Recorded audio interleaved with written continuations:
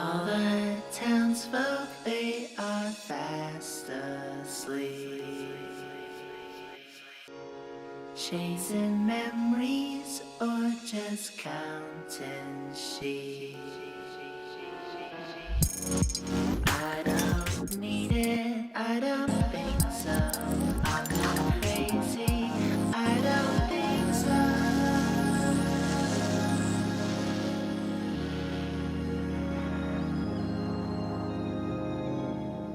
Though she'll never get to dream, who needs all that forgetting?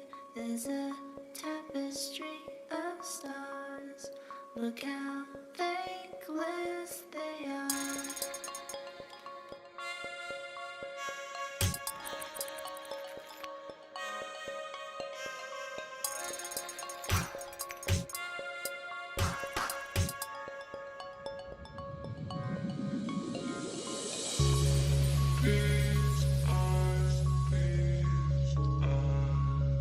So happy, happy, happy.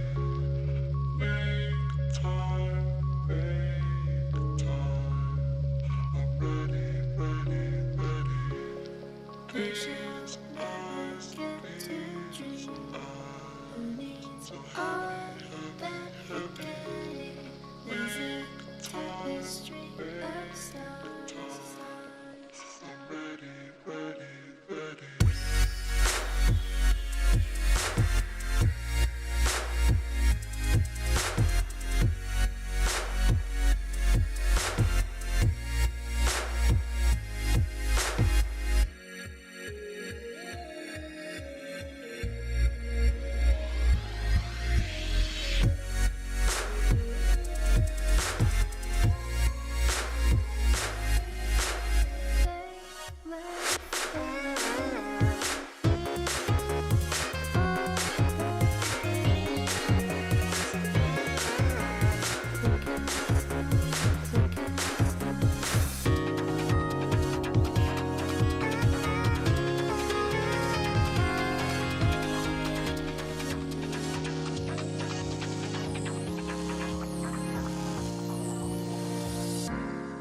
All the townsfolk, they say rise and shine,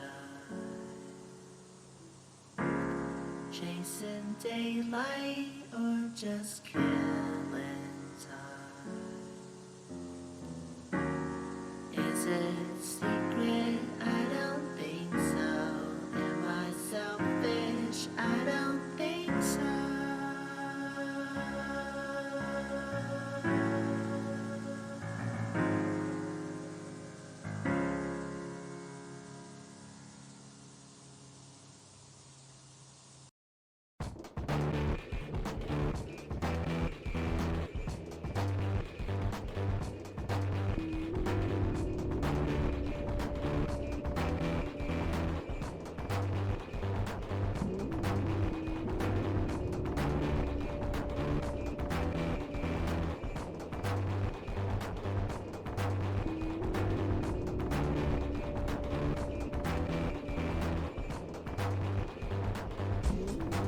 It was so hot inside the cave. Pinky just wanted to play by the lake. But by the time that she returned, it was clear she was already late. They felt the bond, the other ones. She found it odd to see them move the copies of her own body outside of her influence.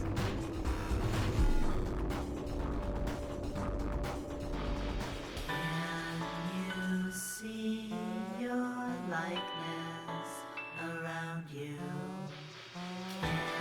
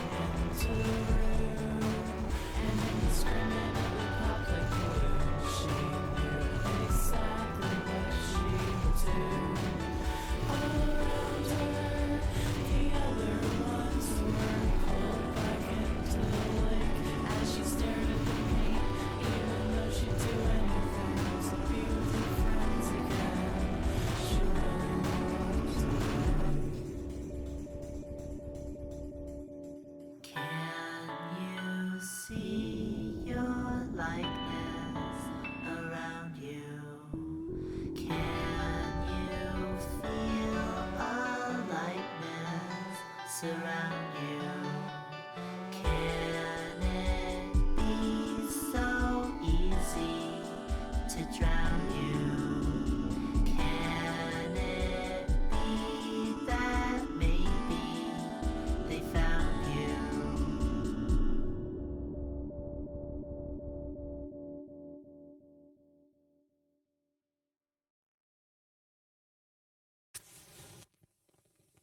A rainbow Mother Earth, can you tell me where the sun goes? Because in reality, we are in the colorless 720, the iTunes rip of the show. Can you really love it all in a world that's not worth loving, that can't be loved, at least not in its entirety?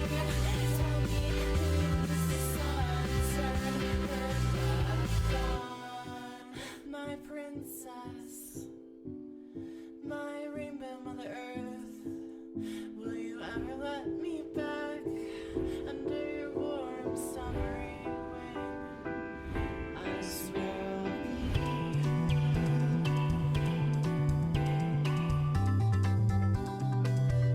I swear I'll be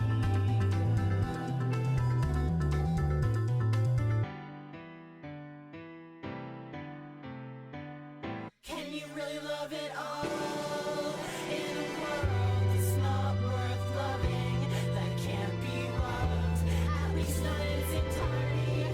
Tell me, who does the sun turn her back on?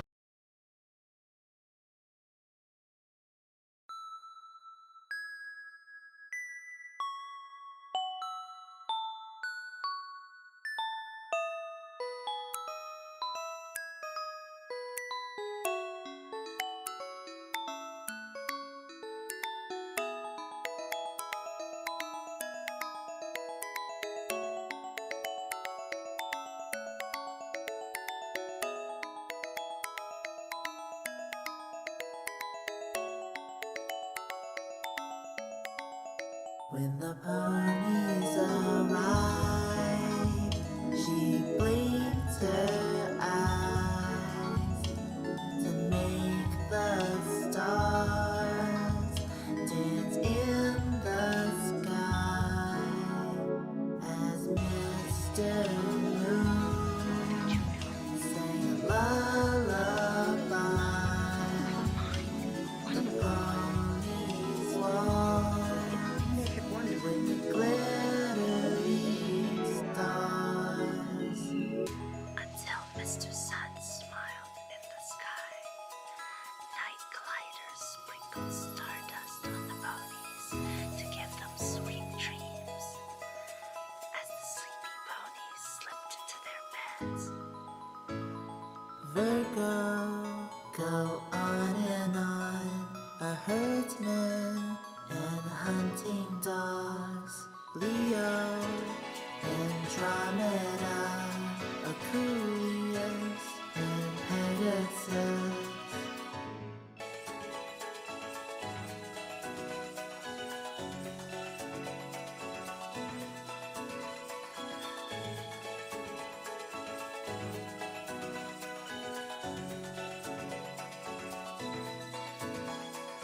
Old as they are, they'll still dance for you, girl. Old as they are, they'll still dance for you.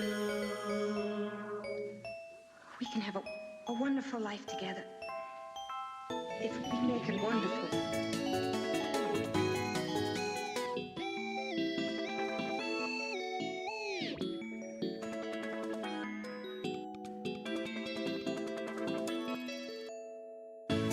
Mama, hold on to me, galaxy, line by line, becoming new without a place.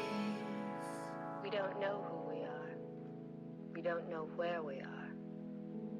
Each of us woke up one moment, and here we were in the darkness. We're nameless things with no memory, No knowledge of what went before. No understanding of what is now. No knowledge of what will be. She blinks her eyes to make the stars dance in the sky. Où l'avenir est plus présent que le présent, où les lointaines galaxies sont à ma porte. On s'en parle. Being together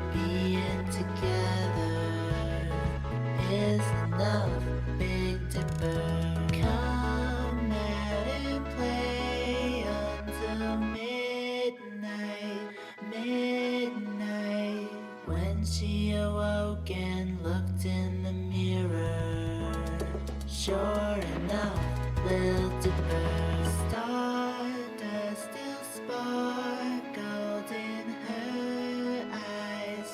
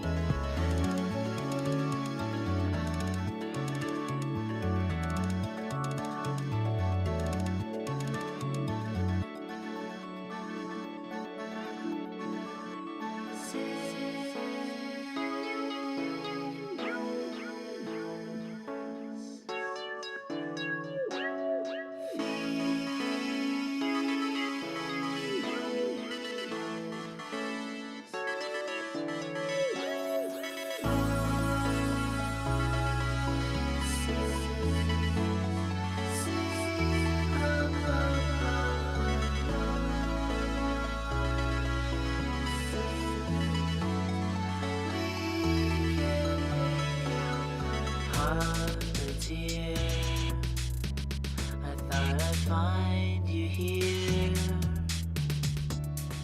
by the window, waiting for something more. Question mark. Why space so dark? When anywhere you go, you will find starry light. Is it me? Am I the only one who doesn't think we're all alone here? Galaxy, where did you go that summer afternoon? Been meaning to ask you. She went to a beautiful place where everything is peaceful and everyone loves each other and no one ever gets sick. Do you think there's really a place like that? Watch for the signs, darling, you'll be alright. Open your window, turn on the light. Hush now. Quiet now, it's hush now. Quiet quiet now, it's hush now. Quiet, quiet, hush now. Galaxy, where did you go that summer afternoon? Been meaning to ask you. Or maybe we're on a spaceship. Going Hush now. Wrap me in your shawl. Wrap me twice since we are small.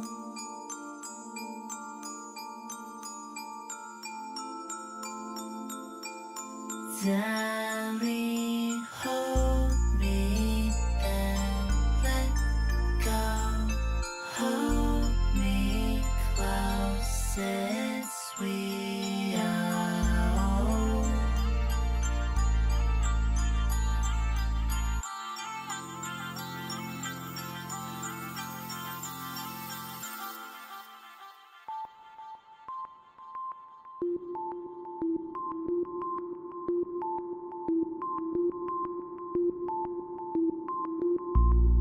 Turn my back, light this fire in me. I will turn to ash, lost like a melody in the words we say. Cross this river alone. You are learning that. You are learning that.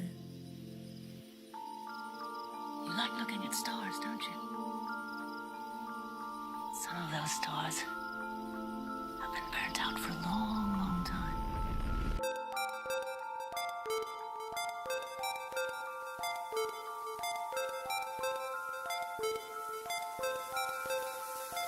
A star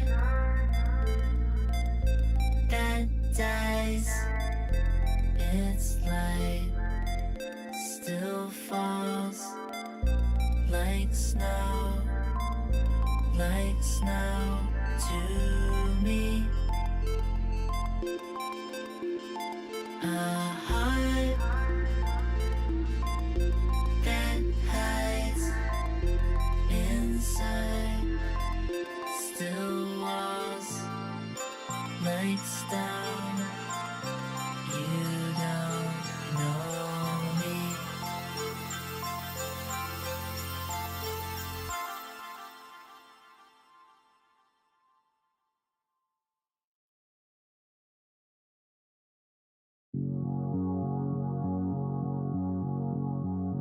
I know you wanted to show me up above a little light, a little light.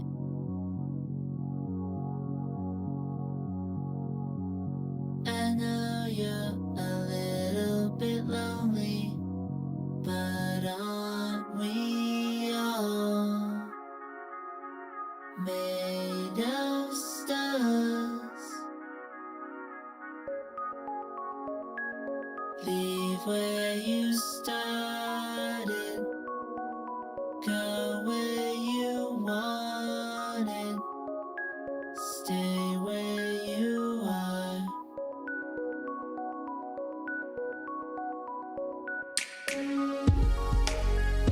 Don't say it's broken, leave your heart open. Just a love, it's you and I, it's you and I. Little light up in a moonlit sky, waiting for you and I, down on the earth tonight.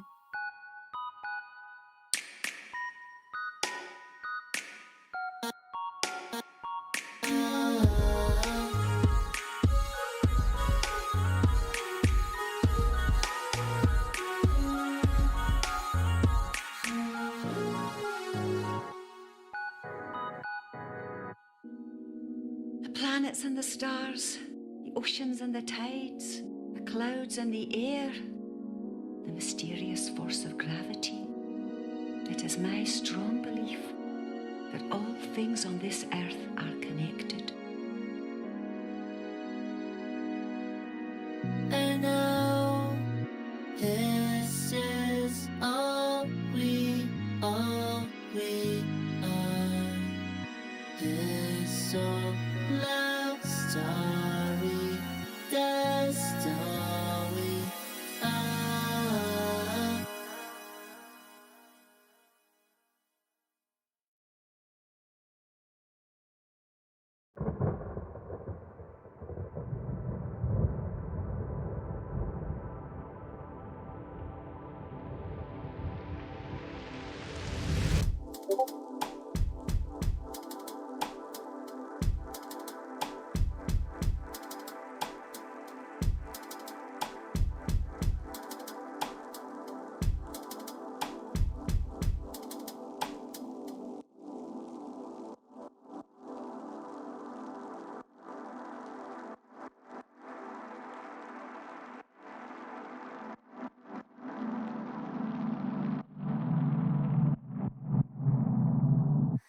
I was young when you came to my rescue, little child in the moon. Learn to love. You said no one could love you if your heart only knew moonlight. Put your weight on my shoulders in moonlight.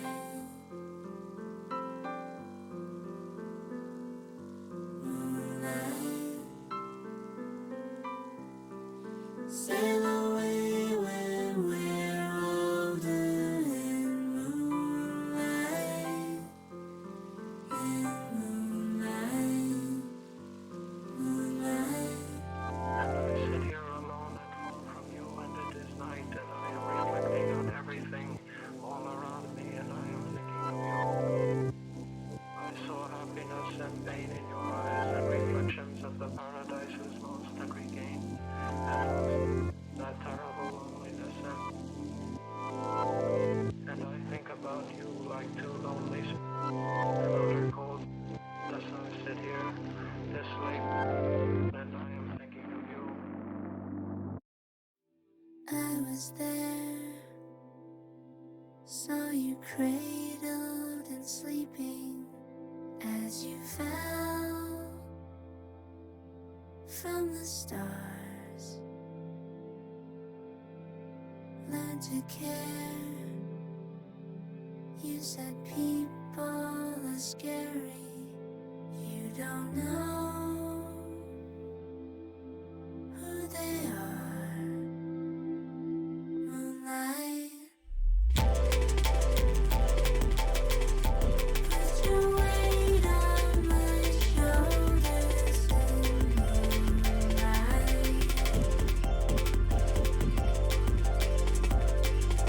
Moonlight. Hello. Okay, there we go. Didn't see shit. How's everyone doing?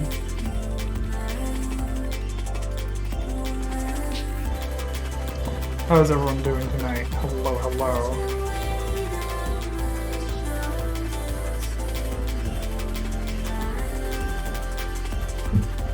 Doing good, just got home from college. Nice.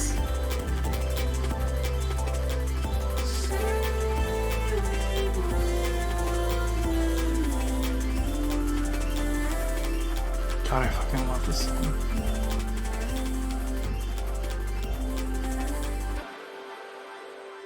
Okay, I'm trying to get down a little bit.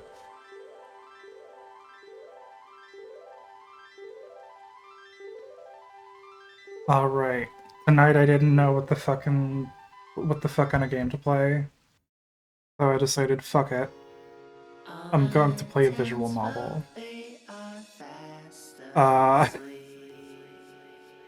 thing about this is, I didn't know what visual novel to play, memories or but I have now picked out 3 free visual novels we could play on itch.io. Because of course. I don't think Did I update the stream information? crazy. I don't think so.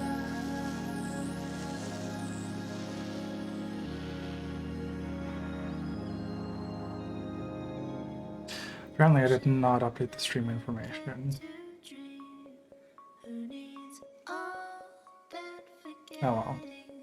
There's a tapestry of stars. Look how thankless they are.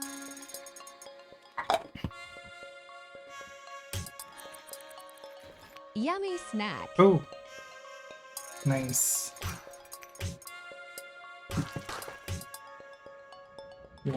Nah. I got some chocolate-coated waffles. Is itch mostly back to where it was before the payment processor fuckery? No. It's just that a lot of this stuff just slips under the radar. It's the same with Yummy Tumblr. Slurpee. You can still find porn on Tumblr, and a lot of niche fetishes are still thriving there, including in like the fetism space. But yes, a lot of stuff does get taken down. Not that I'm aware of personally.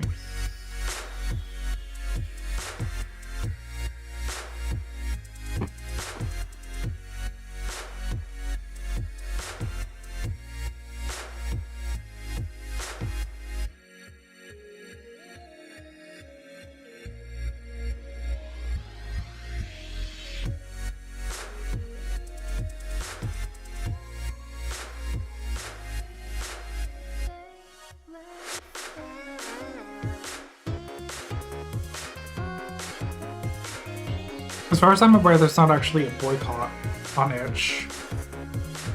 It's just the payment processors that are being harassed. Which, good, they deserve it. And you should do it too.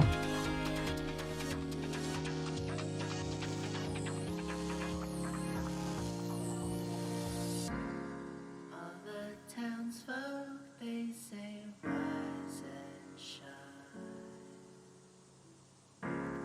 Chasing daylight or just killing time. Is it secret? I don't think so. Am I selfish? I should not have picked up fucking waffles for a stream stack. These things are huge.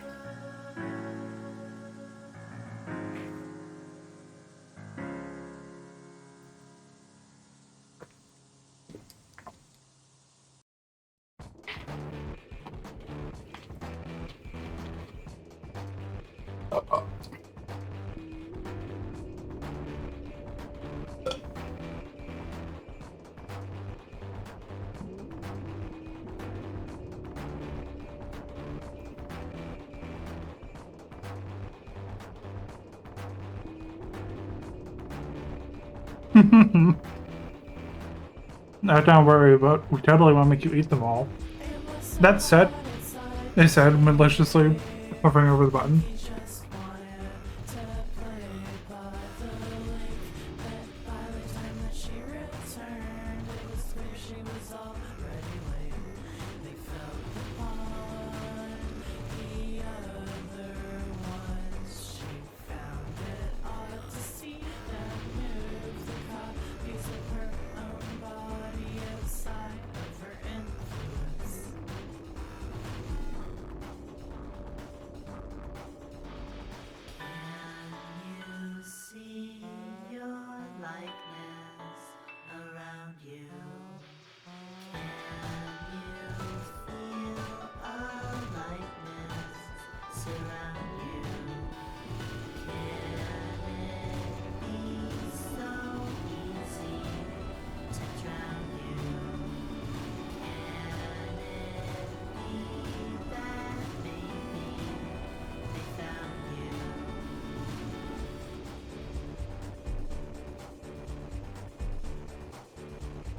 Worked a bit more on my commission, and now I'm gonna sit outside and watch the stream there.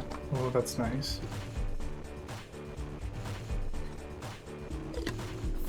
I'm having some chocolate cookies. Fuck yeah.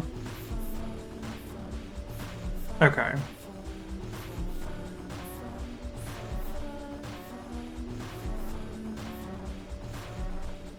So I did browse through itch. There we go. And I did browse through a bunch of stuff. And I will be honest and say I'm not the target audience for visual novels, typically. It's just not generally what I'm into.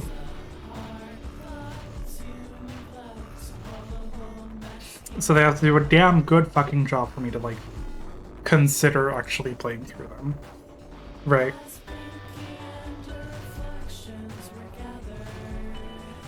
And then, of course, there's the thing where, like, a lot of people make visual novels and then brand them as dating sims because they have romance elements. That's not a dating sim. There's no simulation aspect. There's no simulation gameplay. Oh. Anyways, I did pick out 3, and I'm sorting them from, like, least appealing to most appealing. So first I have this one, which I think is called Sylving.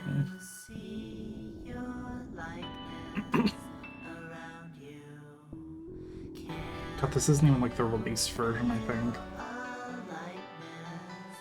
Yeah, it's not finished yet. I don't think any of these are. But, like, the art is, like, fine. This character's kind of appealing to me. Yeah.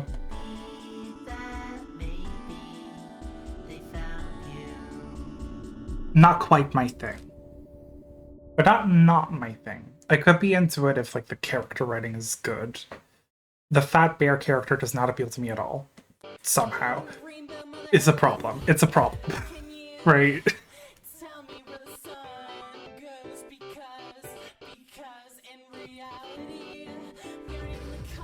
Then there's this one, which has basically no information.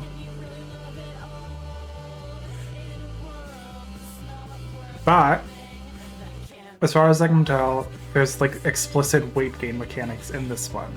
So it would be fat fur, I think.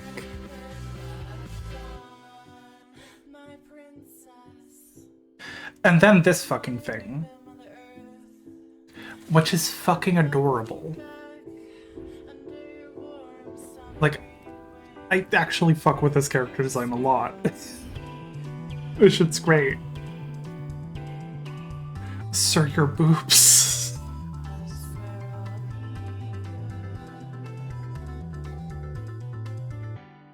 Burger.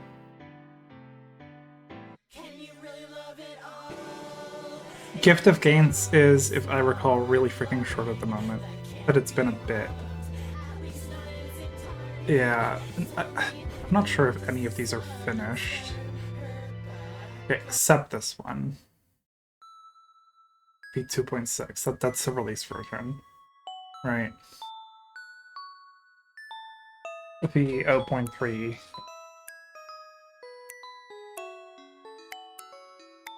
I'm thinking this one's probably the most appealing of the 3. But I think I do want to play all of these at some point.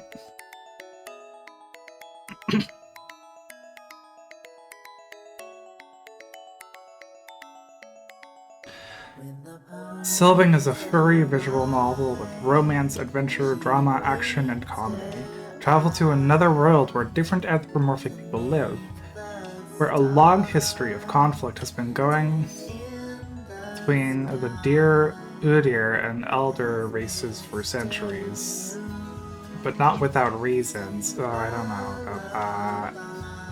You'll meet many different characters and learn more about this world, but not everyone is what they seem to be at first glance. Until Mr. Sun smiled in the sky, night gliders sprinkled stardust. Why do fantasy stories always gotta have racism in them? Sweet dreams. I don't get it. I don't see the point. Ponies slipped Then you've got Gift of Games. Follow the exploits of protagonist Eugene, a nefarious leveled rake who moves to a small town full of small men that he knows are just itching to grow. Gift the citizens you meet one of 2 special items that will start them down a path of gaining mass. Muscles, bellies, you decide. That's the thing about fantasy. It's not even a necessary part of fantasy. You can tell your stupid little fantasy stories without reinventing fantasy racism. But there's a real, actual reason this time. I don't know, it sucks.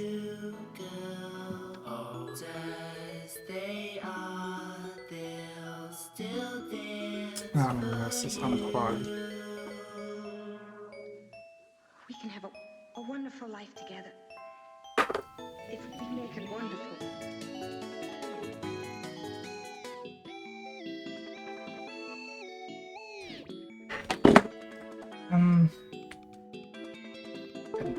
Take this out. Mama, hold on to me, galaxy, line by line, becoming new without a place. We don't know who we are. We don't know where we are. Each of us. I assure you, dear reader, the protagonist having the magic skull shape is vital to the plot. Things with no memory. Okay, and then we have the human heart, which I fuck with this so hard. What is now? You are a human with a heart longing for a partner. Will you find your love amongst the mammals in this new yet familiar world? There's 7 lads to choose from. Cade, Dylan, Rorik, Ace, Tyler, Sydney, and Lars. Which one can help you solve the struggles of your human heart? This game is a safe for work visual novel. As of Friday, July 7th, 2023, there are now 2 versions of this game. Please be sure to check which one you're getting.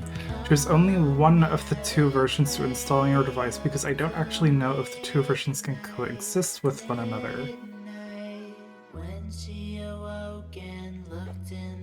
Huh. Okay, wait. Is the old version but is further down the storyline up to day 6, or the reboot, which is the newer, better version but only up to day 3? So none of these visual novels are finished. None of these are finished products. Which one's the newer version? Is that the one with these illustrations? Or are like the illustrations different? What's going on?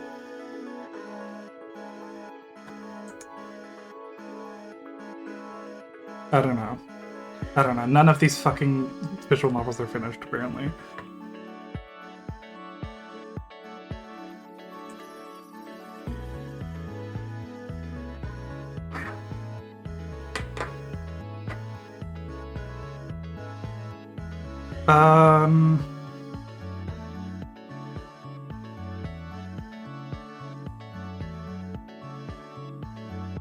I think I'm gonna do this one first. Oh, look. Check out more from Hitchio. It's the other 2 I bet.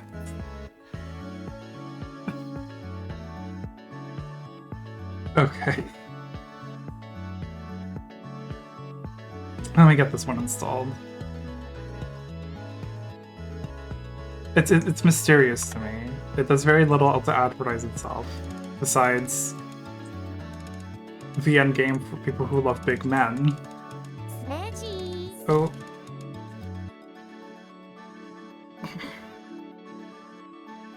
Very much stretch.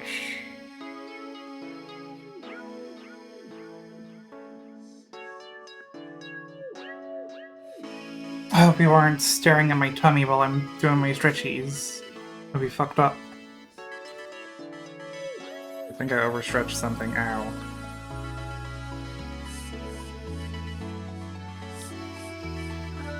There we go.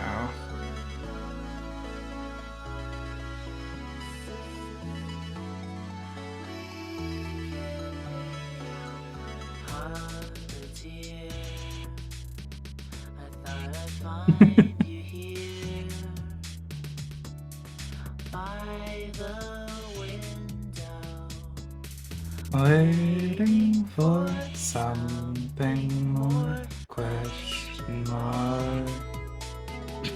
By space adore. You go, you will find starry skies. is it me? Am I the only one who doesn't think we're Okay. alone?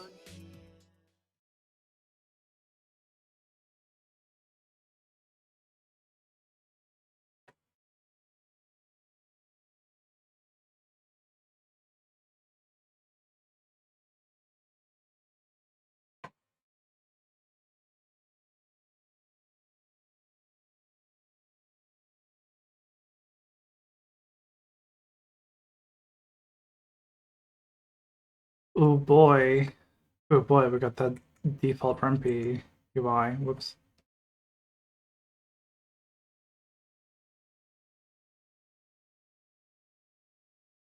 Nice.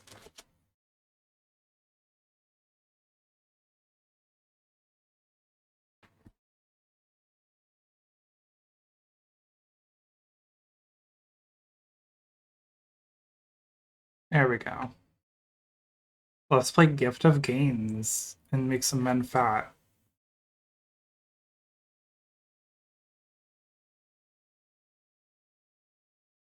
This game contains images and content not suitable for those under the age of 18. Okay. In case there are explicit sex scenes and they just didn't mention this.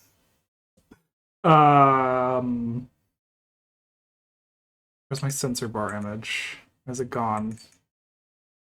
I need a new censor bar image. Give me a sec.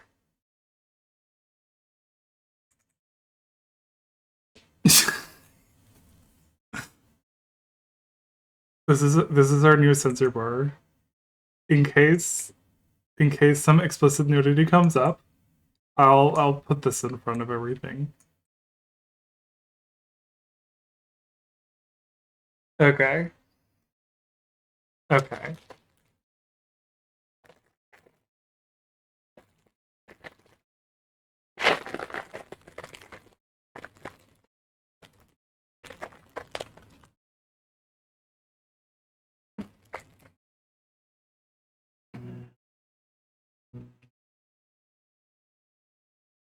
Safe for work conquer tantrum.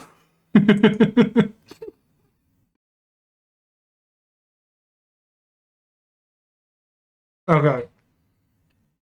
Fuck.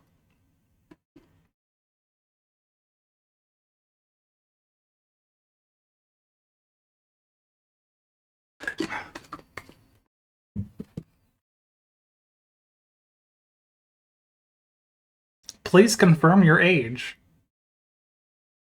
Oh, fuck, I don't know. I don't know. Wait, what happens if I pick this?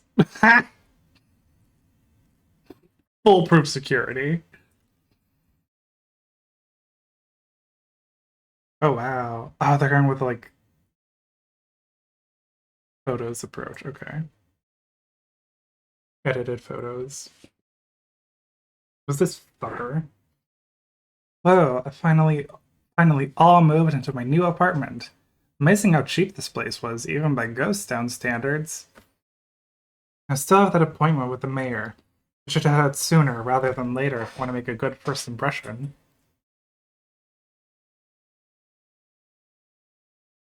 Now what to do? Better check out what's happening.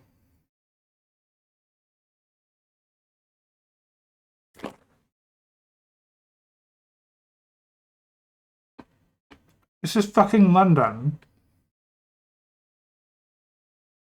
The hell is this? I wonder what this place has to offer.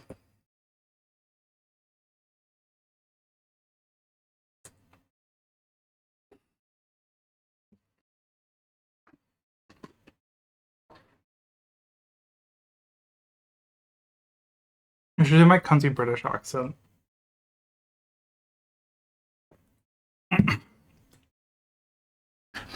I should really make it my appointment.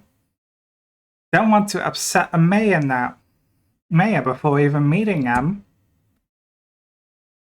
I am the proud owner of the one and only 24 karat La Boo Boo doll.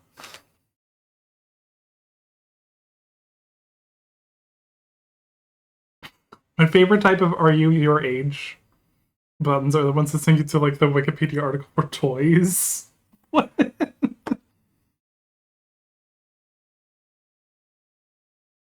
Oh my god, I should make a game with like sex scenes in it. And if you say that you're under the age of 18, every sex scene is replaced with like an image of like plushies bumping into one another. Sigh. I can't believe I actually have an appointment. It's been over a year of easy living, and now someone's gonna rain on my parade, huh? Oh my god, that turn. Oh, yes, come in. Hi. My name is Eugene. You're the mayor of this cute little ghost town, right? It's fucking London. Wait, the book. Women. There's like 6 volumes of modern women.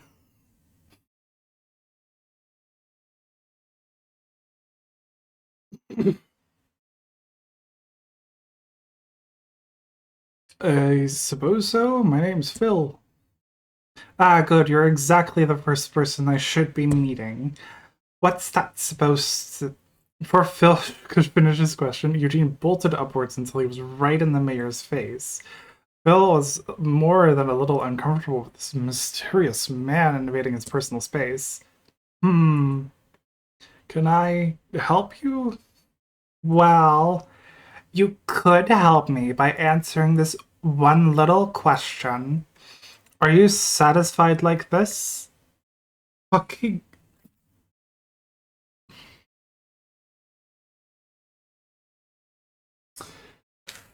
Excuse me? Oh, well, I didn't mean to be insulting. It's just that I've passed through a number of towns between here and my old residence in the capital.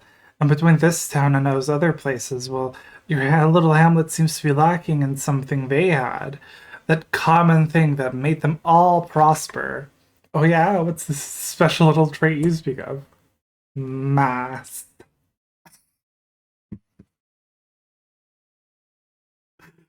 This is fucking stupid. Oh my god. Mass. Everyone was a veritable giant of muscle and flab, almost like their wealth and status was tied to their size. This is actually great. You know about the king, right? He's quite the amazing hunk of a man, if I do say so myself. Even got an up close look at him while I was living in the capital. Man must have been 10 feet tall with the way he carried himself. Arms like a cannon and gut like a wrecking ball. Going to Twinkville and immediately complaining. There's not enough fat man here. That's your problem, mayor. That's where he lived dense into cobblestone streets as he swaggered his way through the main street. And I bet you wouldn't mind seeing guys like that around here. Your shortening pants are speaking pretty loud. Jesus. Don't look at me like that, you freaking pervert. Is that all you wanted? To try to humiliate me for funsies? Besides, the king you're talking about passed away some months ago from illness. There's a runt of his son as a king and barely leaves the damn castle. Yeah, it's a real shame about the former king. Part of the reason I wanted to start somewhere fresh. Oh yeah? What exactly do you have planned with this change in scenery? You have quite the aptitude for magic, you see. Made my living in the capitals as the owner of an apothecary. Oh, how nice it was to see so many big bodies pass through my door for my potions. Got it. You want a permit for an apothecary? I can write you one now and oh no, no. I'm done with that lifestyle. Now that I'm here, I'd rather spread my magic in a more proactive manner, so to speak. And you plan to achieve how exactly? I'd like a job right here, like a consultant who can make you big. Being anti-monarchy for no reason beyond the kings and swing is incredible.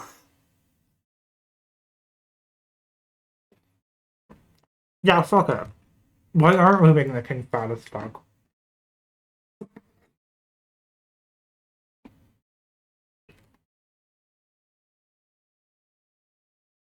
Huh? Me? Big me? Oh, don't be so modest. You're a whale for Christ's sake. You're made to be huge.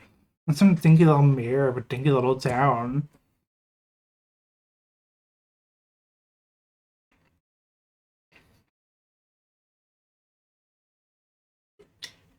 I'm gonna need to fucking put a cooldown on the snacks probably because I'm still eating the last one.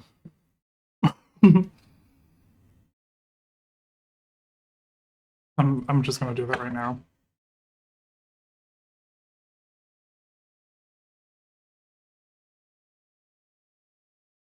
Giving it like a 15-minute window to eat my snack.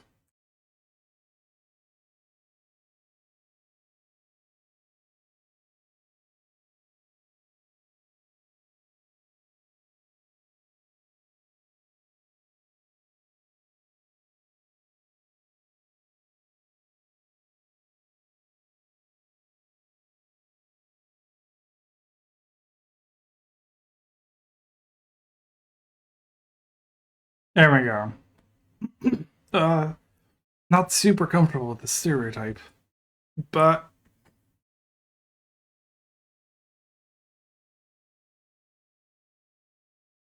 you think I could actually be even a little bit huge? Not even a little bit huge. You're gonna be a mass monster. Just take this.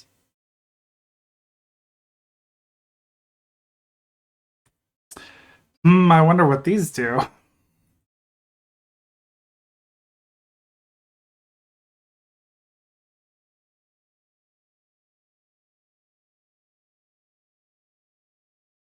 Green pill or red pill? A ring? Yes, one with hefty magical energy levels.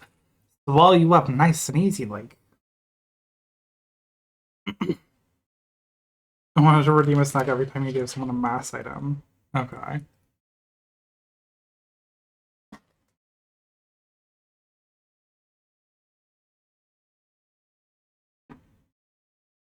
I'm not really sure about this.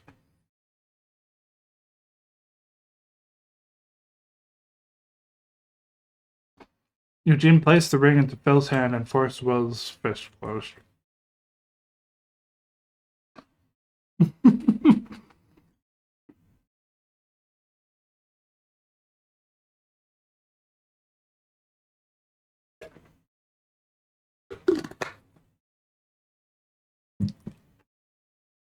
Trust me, it'll be a big, big help to you.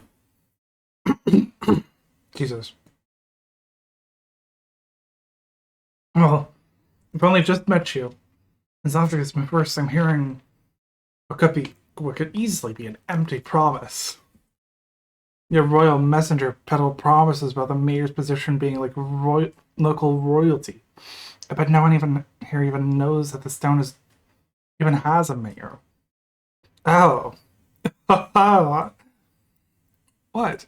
Oh, nothing. Just proud of my own judgment.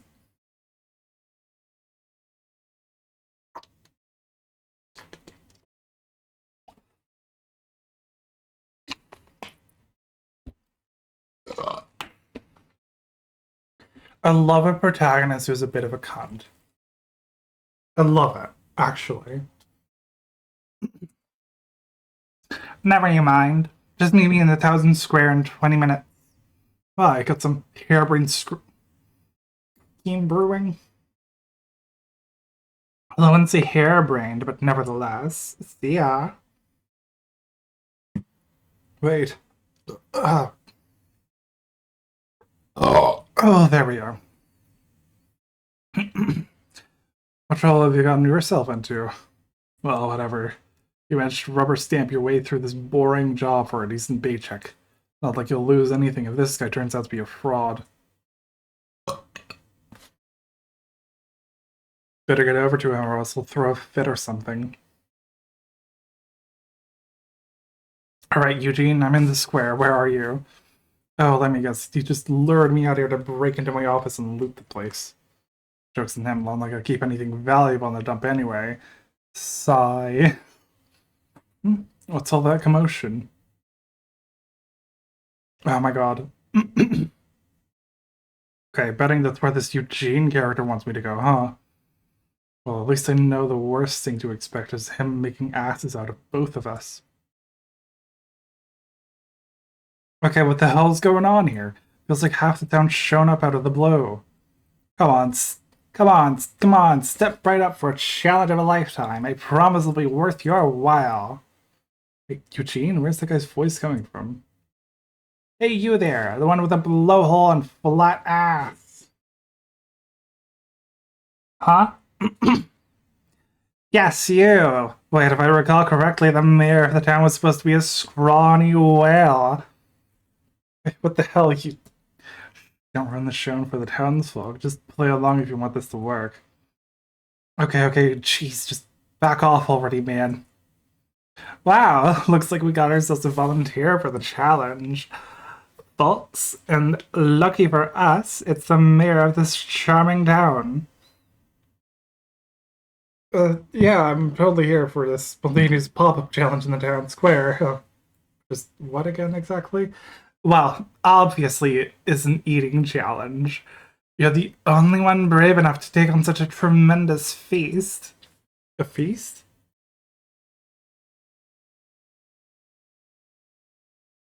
Okay, well, I've seen better drawings of food.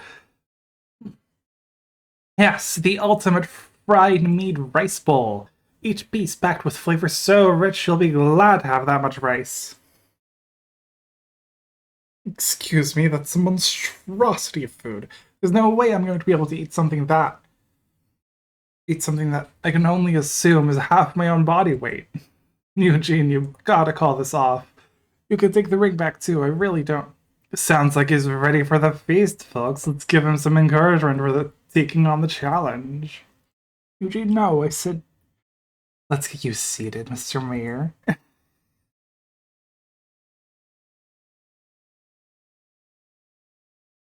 As Eugene forced Phil into the stool, the dragon and...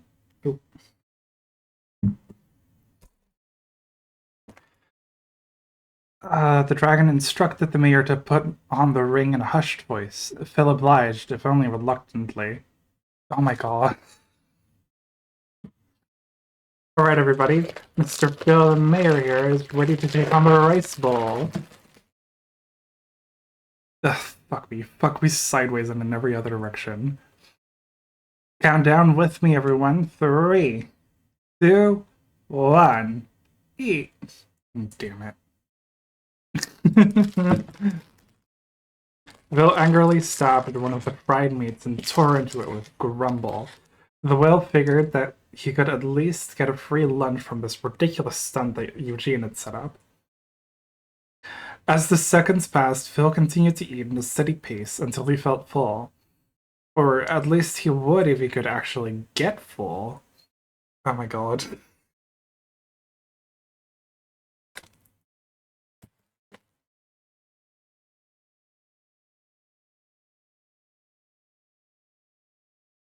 No, instead the whale's pace actually increased as he moved on to each new piece of meat.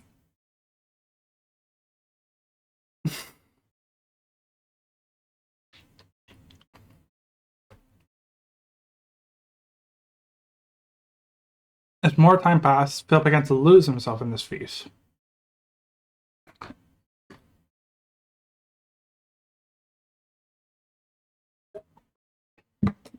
He didn't even flinch as the buttons of her shirt dug into his thickening gut. Nor did he react when those buttons popped off through his rounded midsection. Even though he didn't notice, his burgeoning fans in the crowd were hippie. There's some spelling errors, it's fine. To chat about what they were witnessing. Holy shit, didn't think such a small guy could eat like that. No, like this guy, the only guys I know who can stomach that much are at least 5 times heavier than this dude. Hey, he's not just some dude, he's the mayor. Finally, a politician I can look up to.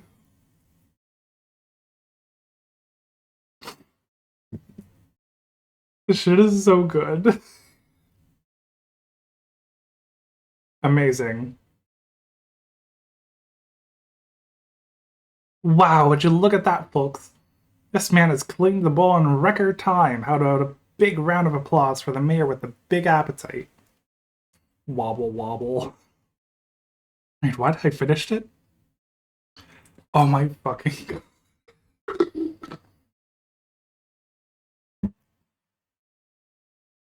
Amazing. Excellent. Look at the fucking background characters. They're so cute. Look at their giant paws. Of course you finished it, sir. A man of your stature obviously wouldn't settle for anything less than 100%. What the hell? How the fuck is my belly so damn big? Don't be surprised, Mr. Mayor. You obviously pushed yourself to satisfy your new fans. Yeah, Mayor. Way to scarf that ish. Yeah, now jump up and down to celebrate and jiggle.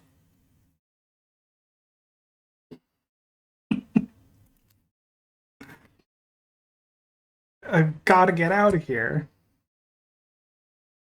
Phil wobbled through the crowd as fast as he could in order to get out of sight.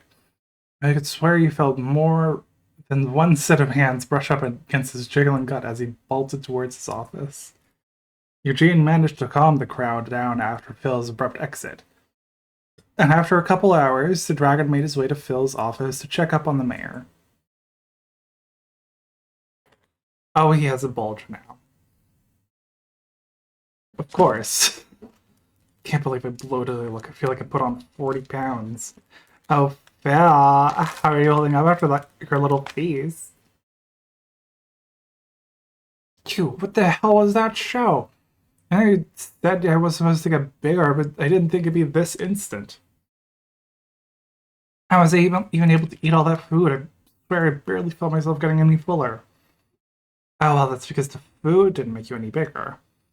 In fact, all I did was use magic to make a normal portion of food look bigger. And why am I suddenly a tub of lard? It's quite simple, really. The ring I gave you turns things like admiration and worship into calories. And with a couple dozen or so people cheering you on, it was more than enough to have the effect on you in such a short time. And what? That's what this ring does?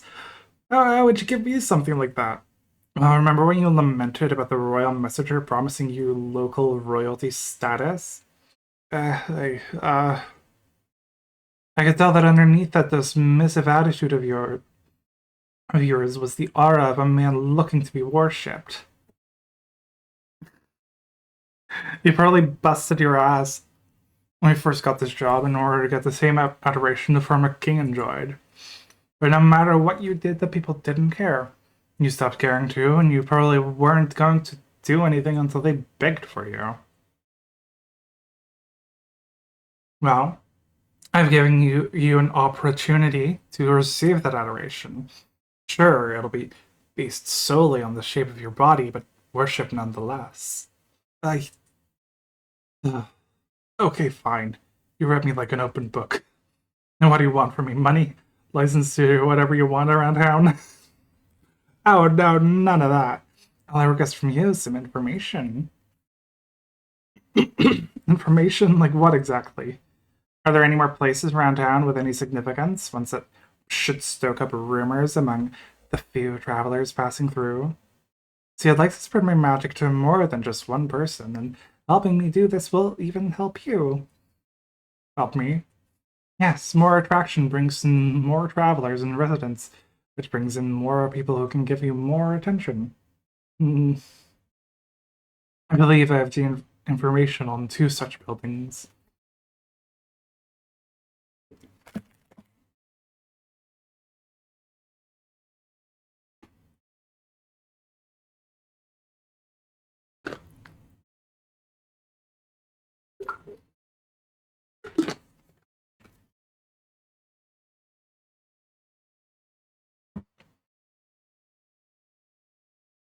Bell sifts through some papers in his filing cabinet and pulls out a couple sheets. Will this suffice? Eugene steps forward and swipes the papers from Bill. They're so close together. Oop.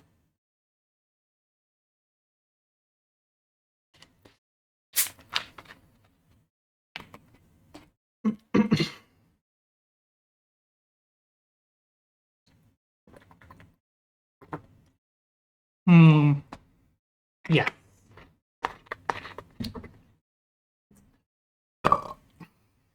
Yes, these two will do nicely. Thank you kindly, Mr. Mayor. Your generosity will not go without reward. Take some time to admire your own belly. Self-worship may not grow you, but it'll definitely feel good.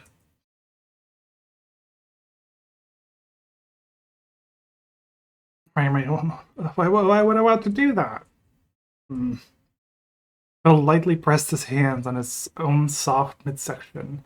The sensation was enough to make a delightful shiver up his spine. He began to lift up his shirt and... Okay. Ah, that was quite the productive day. Phil may not show in his face, but he'll probably be itching for more growth opportunities. I think I should give the guy a break and focus on a new set of guys. According to Phil's files, the only other places of note in this town are a recently refurbished bar that many travelers and citizens would love to visit. And a recently established guild hall that already has 2 months behind on its rent payment. Both have got to need a bit of magic to reckon some success.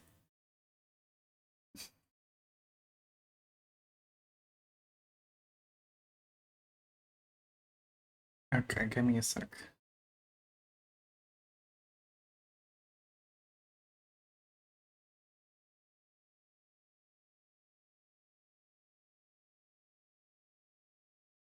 I wonder what this place has to offer. We should go to the bar. Bars are sexy. A refurbished bar sounds like a nice spot. I bet the owner could use a little extra help with the business.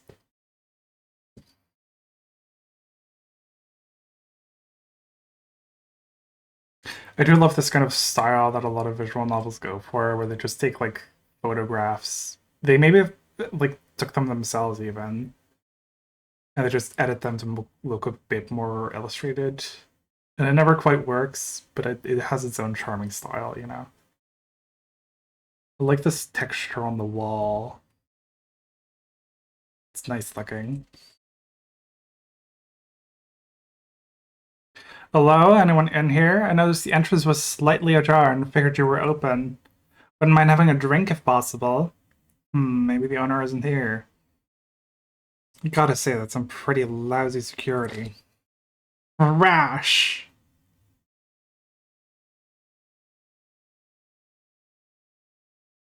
Huh? Something fell?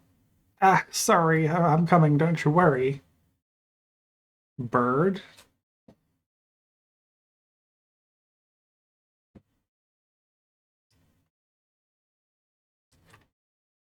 Crash Bandicoot. Just then, a lanky-looking bird walked out of the back room with haste. Judging by the apron, Eugene could only assume that this young man was the bar owner. Hello there, I am to assume you're one of the bartenders. Yeah, that'd be me. One and only bartender. And owner. Good to meet you then. My name's Eugene, and would you prefer I call you boss or chief? Oh, it's no need to do any of that, really. My name is Arturo. Arturo. Nice to meet you. So it's much more agreeable than Phil. Should be pretty easy to get a grip on this place. This whole visual novel is just like going around and like talking with people and being like, yeah, it's my town, it's my town. It's great. So Arturo, gotta say this is a pretty swanky looking place you got here. New tables and countertops and such. That'd have cost a pretty penny, even in a humble town like this. Yeah, it did cost a little more than I figured, but my brothers are more than happy to revitalize our grandfather's old pub. Ah, I see. Wait. Brothers, you say? Yeah, we're triplets, I guess. Ah, I see. Sounds like two more potential big shots for this town. Jesus fucking Christ. The only thing this fucker thinks about. What would be more appealing than three enormous brothers coming together to try and outbig one another?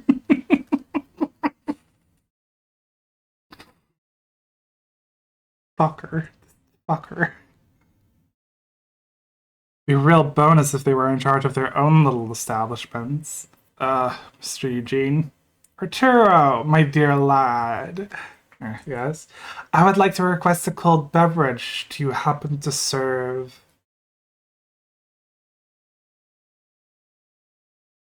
Oh. His brain is filled with big men and big men only. Beer? I know it sounds early, but I've been quite the busy fellow and I could use something to relax. About that. You know, is that the refurbishing cost a little more than I anticipated. Sort of ran out of money for basic drink making equipment. Arturo looked down to the ground in embarrassment, pressing his index fingers together. Yes, the lack of any kind of blending or mixing equipment would make turning a profit quite impossible. But don't worry, I've been doing a few jobs for some people to afford new equipment. Just come back in a few weeks and I can make you a nice. No, that simply won't do. A bartender needs his equipment to make a proper beverage. Ah, I know. Come here, wouldn't you? Okay. Arturo cautiously moved closer to Eugene as the Drake rummaged through the bag hanging from his hip. Here we are. What the fuck is that? Double something that big out that fast? I didn't even know it was a magic storage bag. Wait, isn't that a mithril-powered microbrewer? Dump your ingredients in the pot and watch it instantly as it instantly brews a delicious booze. Wow, I've never had a brew made from anything higher than a steel battery. And that tastes leagues better than iron and copper fueled drinks. Wait, how do you even get a mithril battery? I thought only royalty and those close to the level of wealth could get their hands on that. Wow, plenty of high-ranking adventurers have come across a handful of raw mithril while dungeon raiding. He also loved bartering with said gems in order to get the highest quality potions from my old apothecary. Oh, and how much is something like that going to cost me? I heard a battery that size could easily power a capital for a year. Ah, quick to the point, aren't you? I can respect that. So much so that I'm more willing to part with this device and power source for just a small cut of your profit. And, well, I'd like to check in on this place periodically, maybe offer some business advice in the future. Are these terms acceptable to you? Sure, so how exactly do we use this thing? Kind of spent so much time on the paperwork of this place that I never really learned how to make anything extraordinary. This one's definitely gonna need a lot of help. But perhaps he'll develop into a fine himbo in due time. I should just offer a helping hand to get him off the ground. Listen, we'll go to the market and get some ingredients. Oh my god, their first date.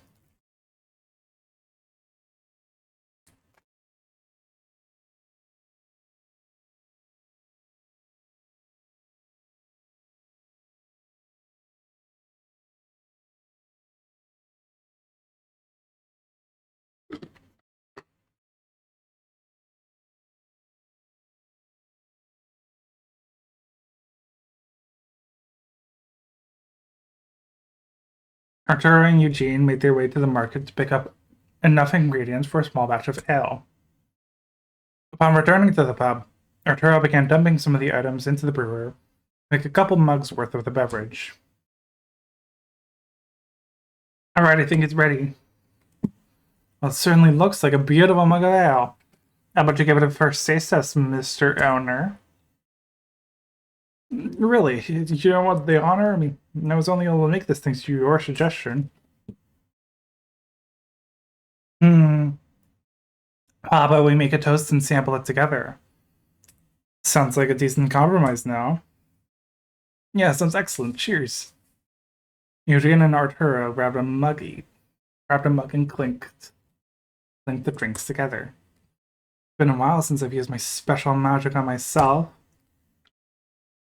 I purposefully cast a hypnosis spell on this man's equipment so that he wouldn't notice the effect. Oh well, best just play along with whatever he says to keep the illusion intact. The hypnosis shouldn't have any effect on me, after all. Awesome. The two men took a light sip of beer and foamed for a quick taste test. Oh my god.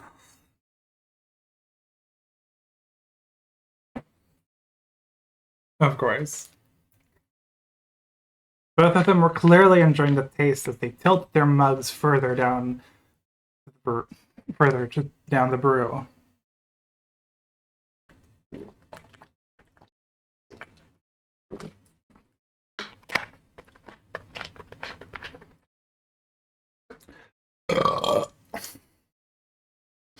Eugene and Arturo then craned their heads back as much as possible in order to get every last drop of the precious ale.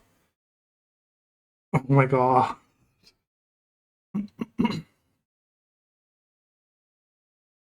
Now that was what I'd call a mithril-powered beverage.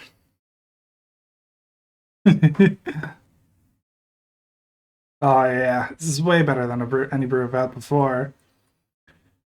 Oh. If only there was a place in this town that served a decent plate of fried food to go with it. Could really go for a plate of 3 or something like that. I know what you mean. Say, I think there's still a mug of beer left. Up for splitting it? Yeah, man, let's make another toast. They're so cute. They're so cute. Fuck. Love all the world building contrivances in that. Here's still your future success, Tubbs. And a great many chances for your consulting, fatty. He definitely talks like a chubster. I'd rather stick around for a bit until he's at a more stable size. Oh my god. This game is so you-pilled. It is. Maybe longer than a bit. After chugging the remaining beer, the two men pondered which fried food would pair best with brew. It was only after an intense debate that they agreed on fish. Really. So, if you had to rate that brewer, 2 feathers up for sure, man. I'll never be able to afford something like that with my odd job pay. Though it could always work for a nice meal every now and then. Hey, trust me, you'll be eating good thanks to the money this brew is going to make you. True enough. Oh, I don't want to overstay my welcome. I'll check in every once in a while and offer any help if needed. Later. Thanks again, man. Can't wait till your next visit. Yeah, I don't know why they got skinnier. Like, this fucking apron popped off.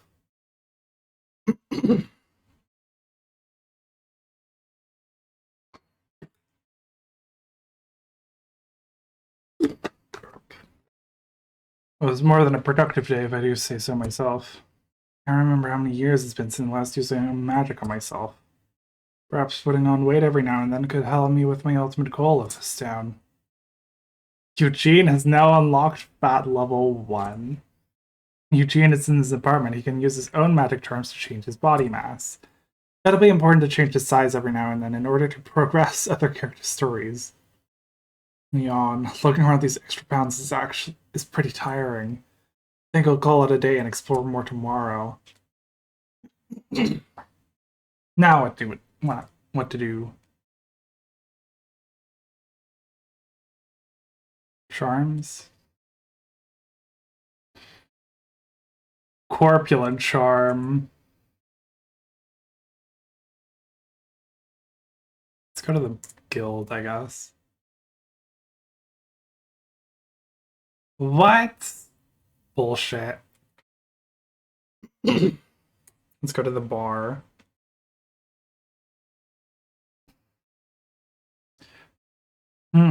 Place is empty again today, huh? Thought for sure people would start coming in now. Even out that new open sign. Oh, a customer. Hey, is Arturo. How goes it? Oh, Eugene, hey there. Hey now, it's Thumb for Face Birdie. Did something happen? No, no. More like stuff isn't happening. I haven't had more than a few customers since opening. Really, I thought for sure the brewer I gave you would bring a ton of regulars. Have the few customers you've had at least come back after their first drink? Sadly, no. All of my customers so far have been traveling merchants, and not like there's a ton of those around these parts to begin with. I see your point. It's only one road running through this town after all. Oh. Plus, there's not a lot of demand from either side of said road to warrant such travel. Okay, well, what about the locals? There's some new people moving in who need a place to drink. How have you been advertising your place? Advertising? Yeah, you have been spreading the word about your biz in some way, right? Yeah, I have been making flyers, a spot on the local paper. Literally just word of mouth. Oh, yes? Oh, well, Arturo, you sweet, sweet summer child. No wonder there's no one here. Did I... I messed up bad, right? Well, I wouldn't say bad, more like mostly bad. Oh, hey, don't look so down, birdie boy. Your pal Eugene is here to clean up this little mess. You know, I have to clean up my mistakes. I should fix this on my own. Okay, what are your plans for that then? I'll, fix it? Hmm. Oh, Arturo. Listen, let me help you with this one thing, and no! I swear I can handle this. Arturo, I get to hear you raise your voice like that. It was actually kind of attractive.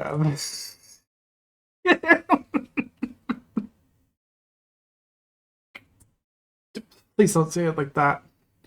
Okay, look, I can see something's going on. I don't know if it's pride or caution, but you need to turn things around, right? Right. Okay then. I'm gonna do something. Not as a friend or whatever, but as a sort of investor in this place. Investor because you gave me the brewer? I lent you the brewer and expect to receive some dividends when you start turning a profit. Just make sure you have some ingredients ready. Oh man, I think I made him mad.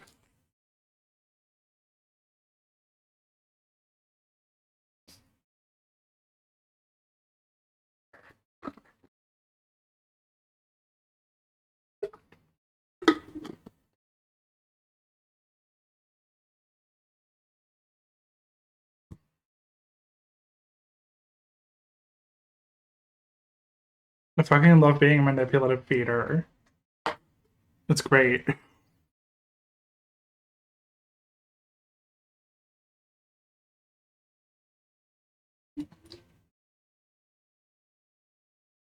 Okay.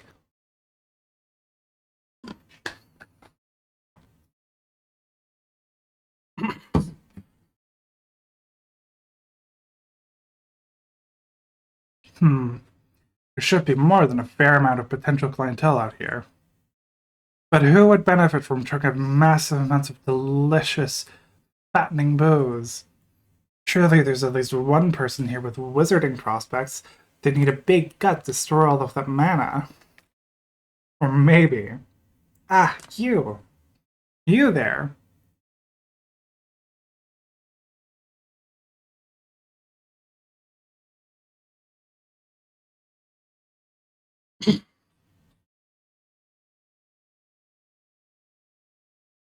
The young man dressed for jogging. I humbly request your attention.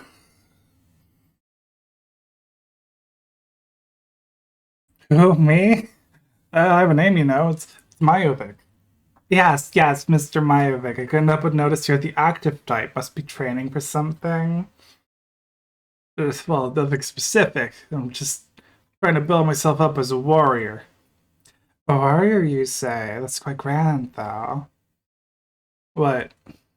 Pardon me for saying, but you're just by looking at you, I can tell your body's not responding to your goals. Huh? Speaking a language I can understand, please. I'm saying your tummy is clearly not big enough at the moment.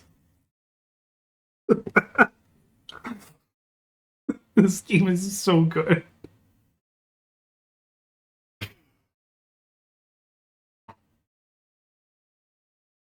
My tummy? I mean, I'm not fat or anything. Exactly my point. I can tell you have high metabolism just by looking at your current bulk. You must be falling pretty far behind your peers if you've been training for 4 years.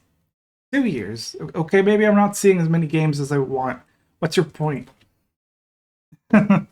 Well.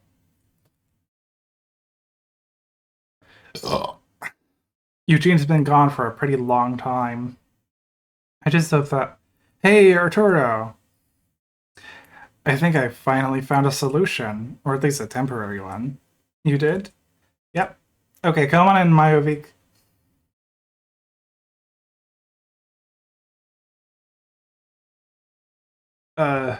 Sup?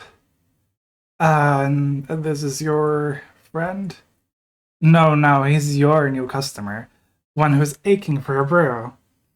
Huh? Oh, so what's this about dirty bulking with booze? I mean, I'll try it if it's really free. Free? Wasn't the point to turn a profit? That's the long-term goal. Right now we're focusing on recognition. Uh, yeah, and I was told it could really help me bulk up. I mean, you guys, I'm guessing this stuff will probably work. I mean, that in the best way possible, of course. Of course, coming right up. Brewmaster Arturo here will whip up something extra cold in just a moment. I will. Arturo, listen. What I need you to do is... Okay, if you say so.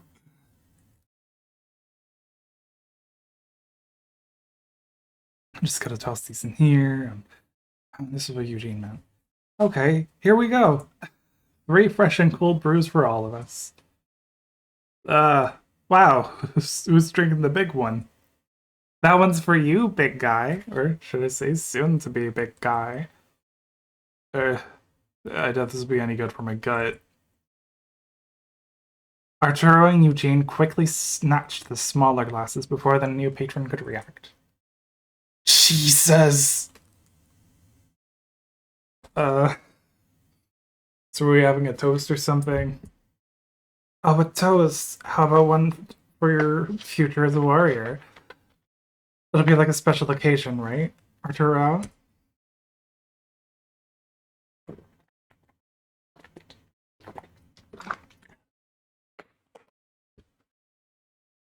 Or right, for warrior's future. Exactly. Bottoms up then. Oh man, I thought it was gonna be magical or something. Just sticking me with a huge glass and calling it a day. Well, at least it's free. Probably not expecting me to drink all of it anyway.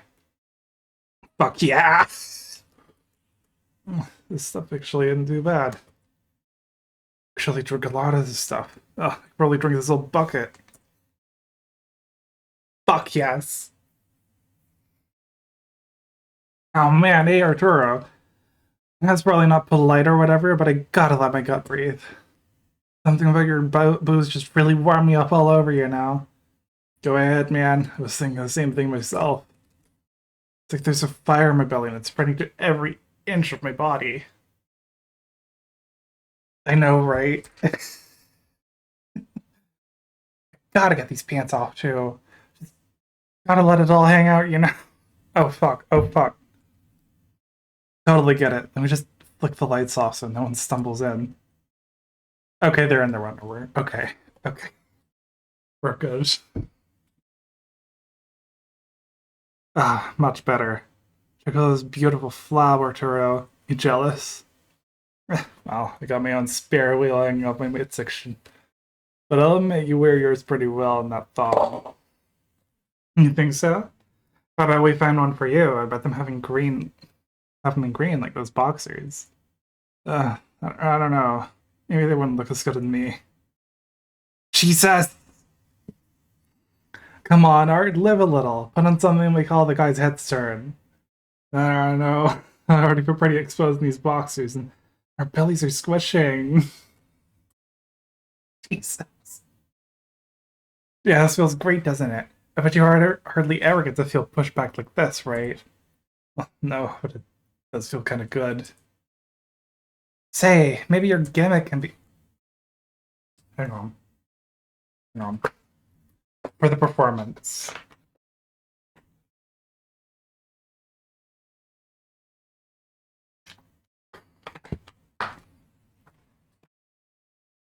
Oh, that was weak. Whatever. Whoa, was that? Jesus. Oh man, I feel huge. My. Looks like your young quest banded your. Looks like our young guest banded that bucket pretty well, huh? Oh my. Did my booze make him like this? Like, no. It was pretty big to start with, right? It was a lot of booze. He's probably just experiencing a bit of beer belly. Even so, doesn't this seem a little... Hand me another! I got a bucket more! Another? Hey, you heard the man, Arturo. We can even charge him for it. What? Oh, screw it. It's worth it for these massive gains.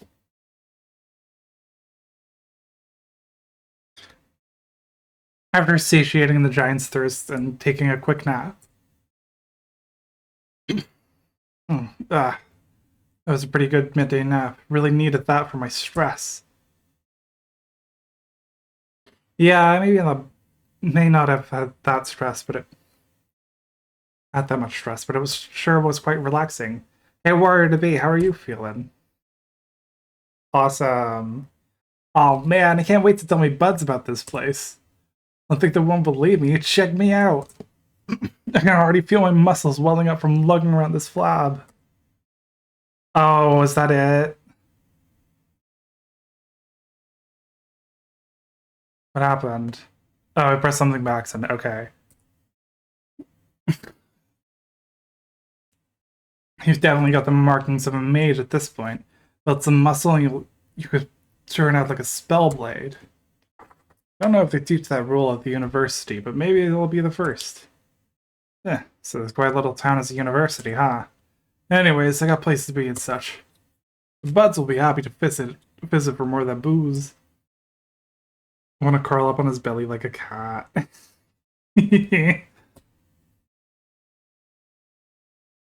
Well, now that that's settled, I do believe we've accomplished a little something this day. Yeah, thanks, Eugene. But I'm still curious, Arturo. Why are you so adamant about not letting me help? Well, okay, I get it. You don't want to talk about it right now, but as your investor, I'd like for you to open up someday. Well, maybe someday. Good to hear. Now I must be off. I've still got more plans to keep in order. And that university is definitely someplace I need to visit. Yeah, later.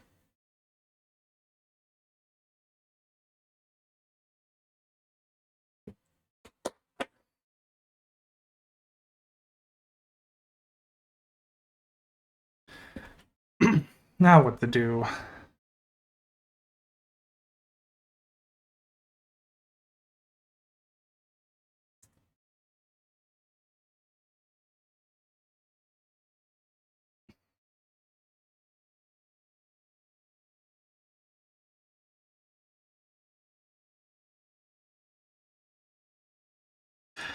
This is part of the manipulator grind set. I'm gonna go back to the mayor.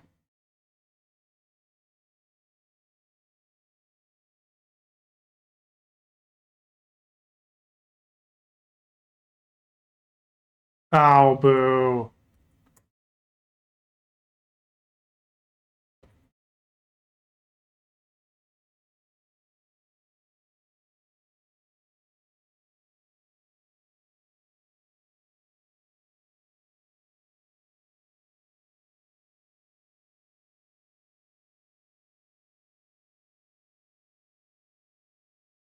Oh my god.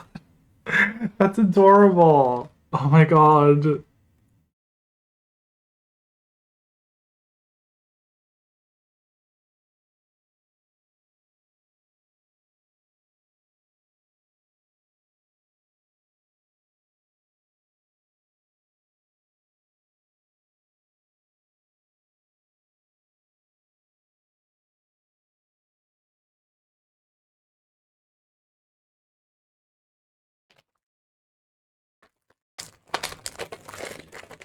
Ah, it's nice and quiet today. I'm gonna ruin his day. I'm gonna ruin his day. Wait. Hello again, Mayor. I'm going to be back again. Of course. Can't leave you with just a taste of my miraculous gaining magic. Speaking of which, notice anything different? Maybe regarding the sudden tightening of my own attire? Yeah, I can see you're just as fat as me. Maybe even fatter if that's what you're going for, Tubby. Oh, Phil, you with your sharp tongue. I do suspect a bit of emptiness in those insults. It sounds more like you're upset that my ring hasn't been adding more mass to your body as of late. Well, maybe your magic it's just faulty or something. I'm getting tons of wandering eyes peeking at me when I think I'm not looking. None of them are making me grow. Wasn't this ring supposed to turn good vibes into gains or whatever? Oh, is that all? There's a pretty simple explanation for that. See, my magic is quite powerful. Yeah, I felt it firsthand.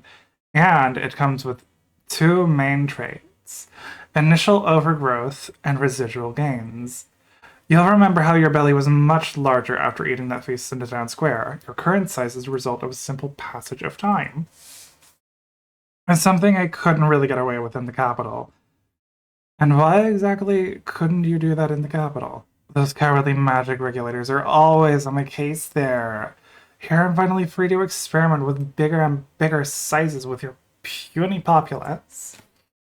Apparently, I'm a once-in-a-generation talent with growth magic compared to all the other plebs in the kingdom. Wait, so other growth magicians can't do what you do? Well, duh. Your growth in the square was near the peak of what most other magicians can do. How the hell should I know? How the hell should I know it's commonplace or not? It's not like growth mages are calm and bright to begin with. What exactly is your plan with this town, with me? Well, I could grow you right now, or we can venture out and have some fun. Girls just want to have fun.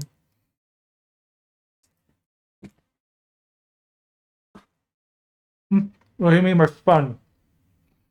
Not time to explain. Let's go. This guy's going to drive me absolutely bonkers.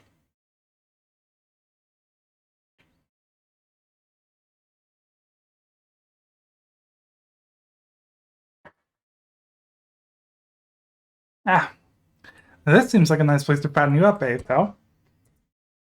Phil? You have a band. Take it easy with the sprinting. How are you even able to run that fast with all the extra weight? I think I'm going to pass out just from keeping up with you. Sorry about that, big guy. I'm sure we can get you some water from this place. Speaking of which, where's the baker? This place is definitely open, right?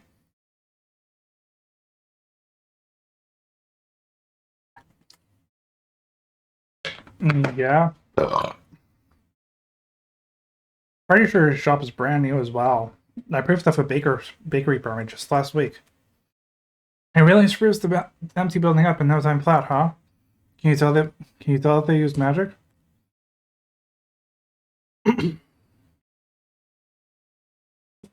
Make them all fat. Ding ding, hello, is the baker in the house? Ding ding, there's two chubby men out here looking to fill their bellies. Let's say it like that. You freak, stop slamming the bell and playing for a replacement. Oh, yes, coming.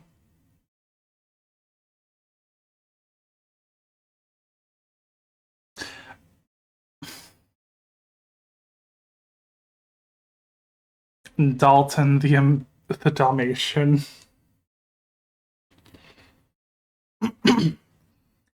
Hello there, gentlemen.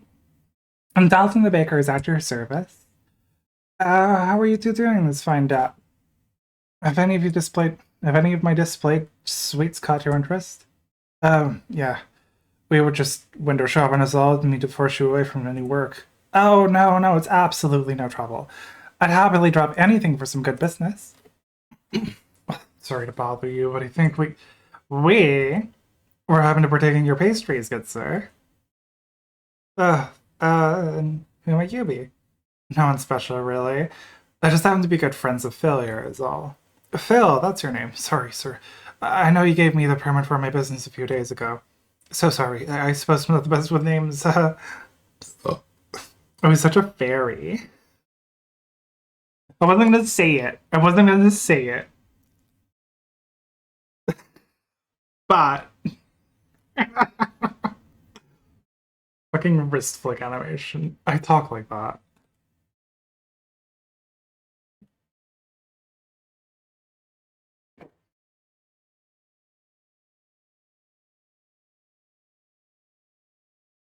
Discord doesn't like the word I was gonna use.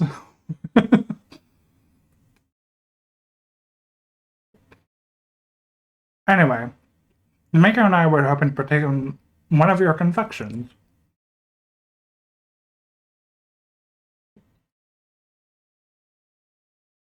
Twitch, not Discord, right. After all, it's hard to keep a jelly belly like this away from something sweet. You agree with me, right, Mr. Baker? Could you not be so this in a public setting?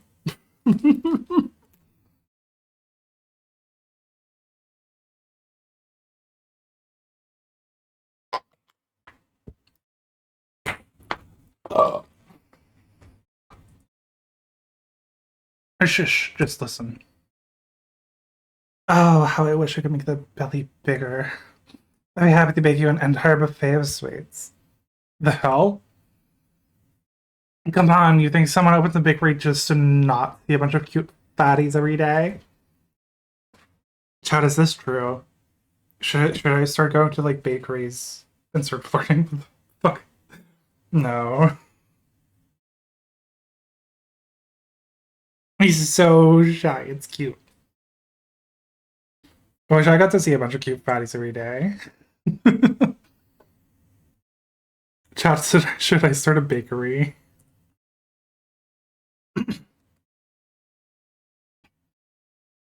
A true pâtissier dreams of making sweets so delectable that they can single-handedly fatten up a whole city. Won't you help this one achieve that dream? Only if you're able to phonetically spell out that P word you just mentioned. Wait, what? Pâtissier?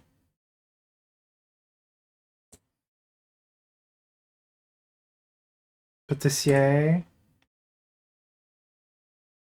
What? What? Okay. Whatever. Shit, alright. Go on and do your little thing. Mr. Baker person. The mayor and I would love to sample the dessert you're most proud of. But of course, sir. I'll fetch my best cupcakes right away.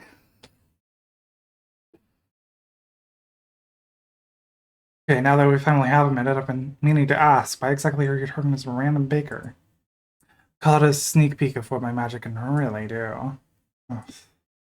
These are my greatest work to date. Please enjoy them.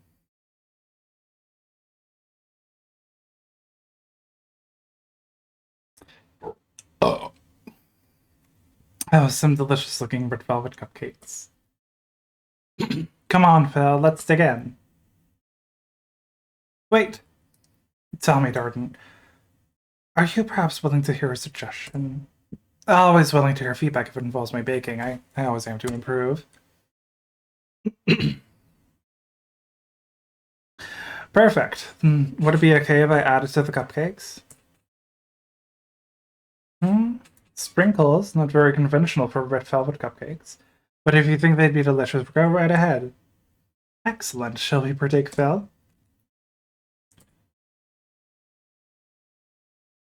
Oh boy. I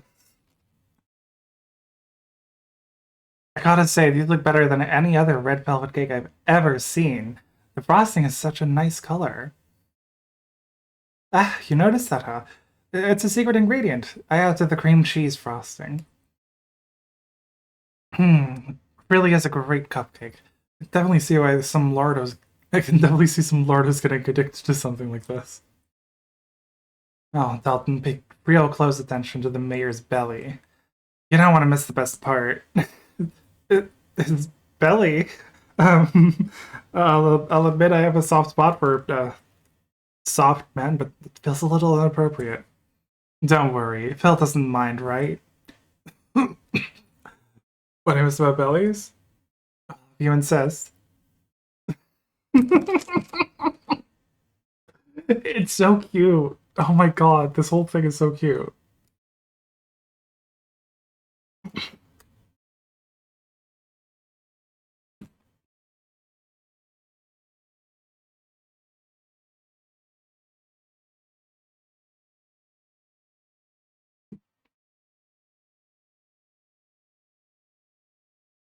Oh my goodness. I didn't know you two were such expert at sucking in your guts.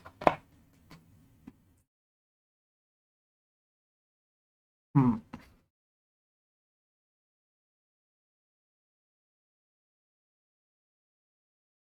Reading and eating out loud does not mix at all.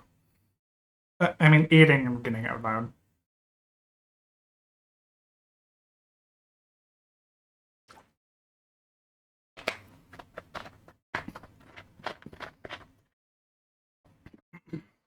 There was no sucking in involved.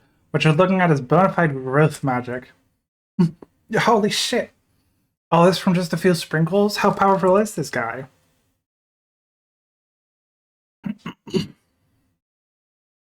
Growth magic? Wait, those sprinkles. Courtesy of your resident growth mage. Me. Oh my, I've never seen this magic performed in person. Is it always so amazing? Why not test it out yourself? What?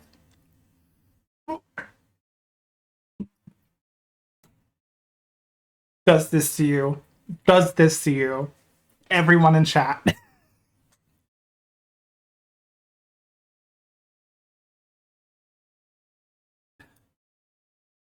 Promise? Yes. Eat up, little man. I've got plenty of these things to go around. Ah, you're. God damn, I'm so freaking hefty. Are all bellies like this? Soft and firm at the same time? Hey, Phil, don't be so self-absorbed. Check out what's about to happen. Oh, feels so tense. It just keeps feeling like my belly's getting bigger and bigger. Oh, so nice. You shoved that entire bottle down his throat and he's not even as big as us. I thought you said, hey, who said it was done growing? Ah, who said we were done growing? It's building. I can feel it. I'm gonna. Oh, God, yes. So much belly. More belly. More. Oh man, I'm growing again, Eugene. I don't think I can handle it. Sorry, Mayor, there's no emergency stops on this growth train. Yeah, Dalton's really cute. I like the red chef outfit thing. Pretty color. Mm-hmm. Tight and ripping. Bigger, bigger. See, this guy gets it. Let's just take over, Phil. Let's just sit back and relax.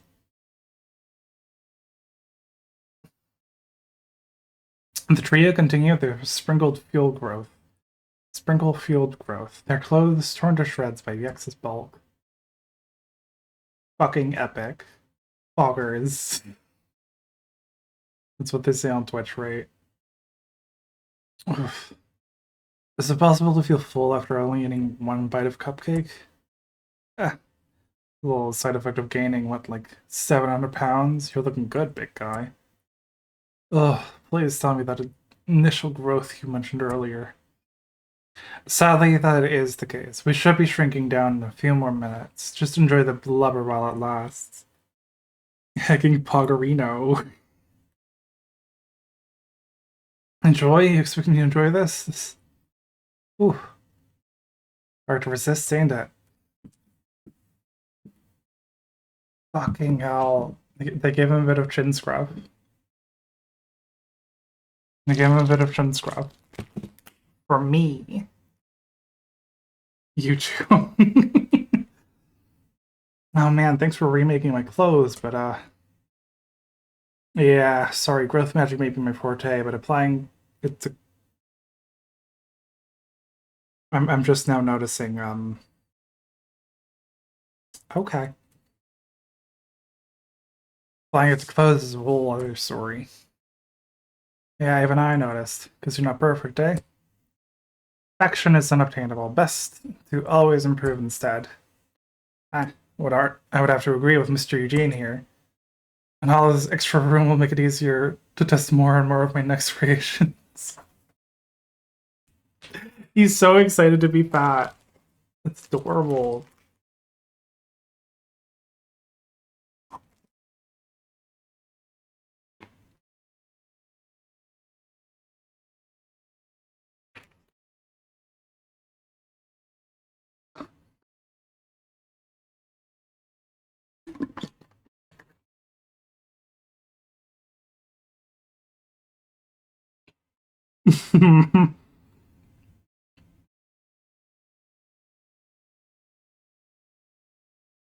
Speaking of, you wouldn't perhaps be interested in purchasing some of those sprinkles and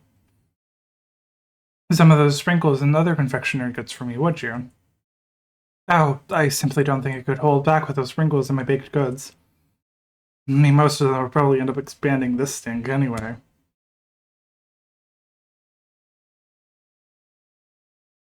Not to worry. I can simply lessen the effect of the sprinkles to something more reasonable. Say, 5 pounds of gainage per bottle?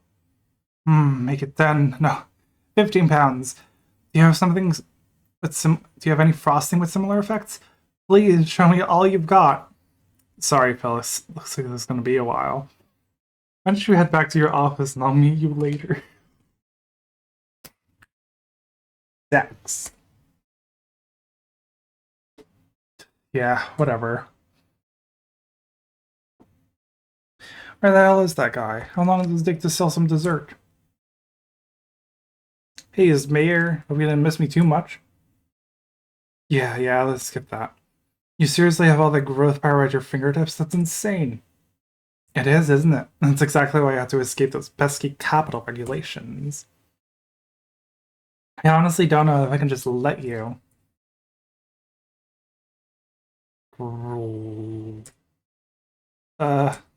Oh, what's that? Phil's belly? You think I should keep doing my magic?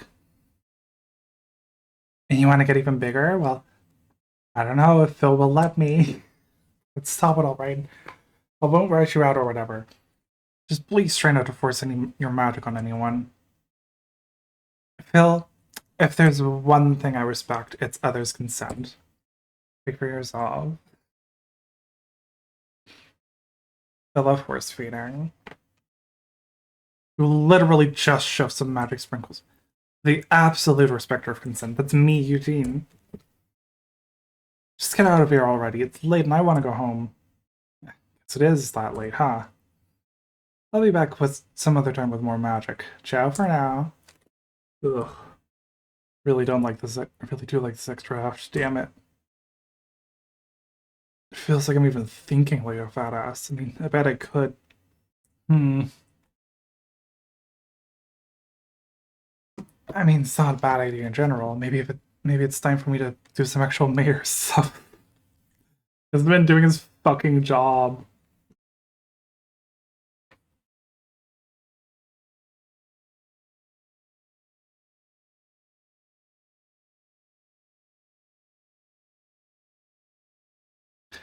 I think what I am gonna do is I'm gonna probably stop playing this and play one of the other visual novels.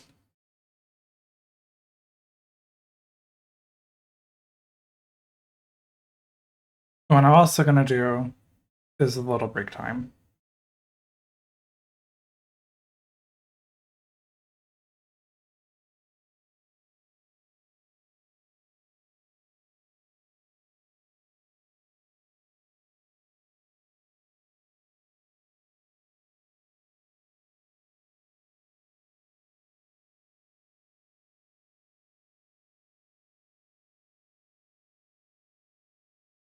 Wrap me in your shawl. Wrap me twice since we are small.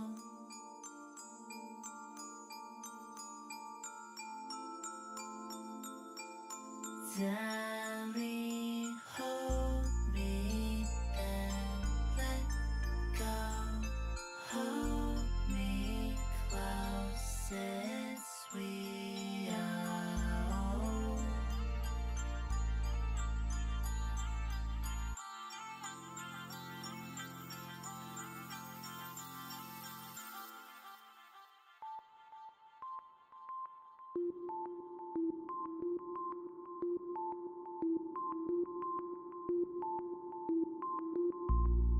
Turn my back, light this fire in me. I will turn to ash, lost like a melody in the words we say.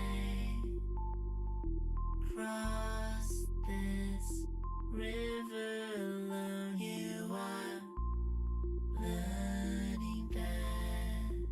You are learning that. You like looking at stars, don't you? Some of those stars have been burnt out for a long, long time.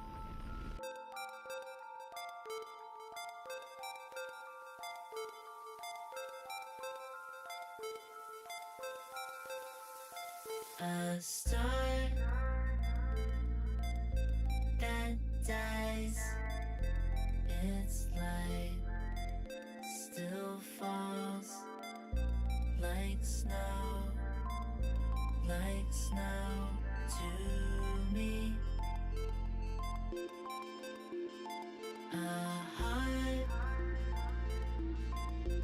that hides inside still walls like stone. You don't know me.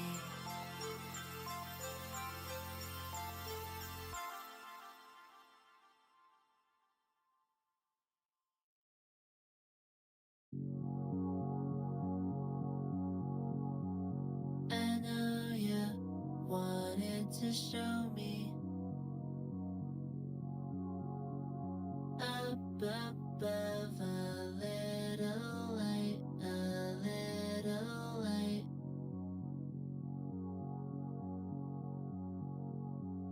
I know you're a little bit lonely, but aren't we all made of stars? Leave where you started, go where you I ended up really liking the visual novel when I was kind of expecting not to. But I do think it's very much the type of thing that's like you pick it up to experience one of the silly little routes. It was so charming, yeah. I ended up really enjoying the writing, yeah.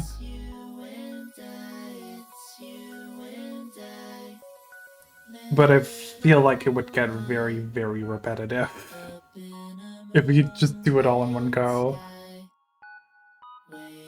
for you and down on the I was a bit skeptical because I've only seen this artist's muscle stuff before.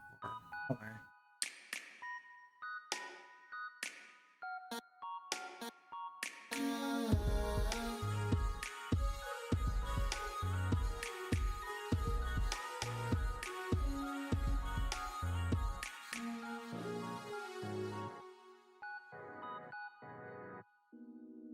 The planets and the stars, the oceans and the tides, the clouds and the air, the mysterious force of gravity. It is my strong belief that all things on this earth are connected. And now this is all we are. Oh, yep, they do muscle stuff, alright. So love story, the story are.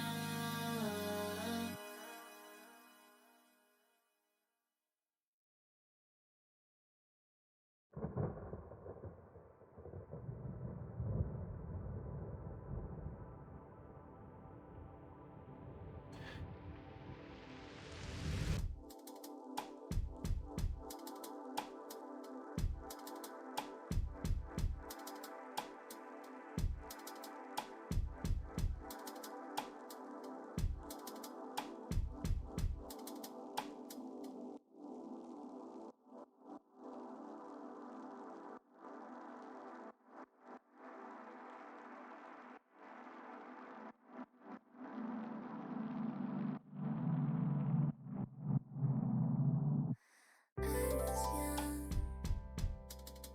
when you came to my rescue, little child in the moon. Learn to love.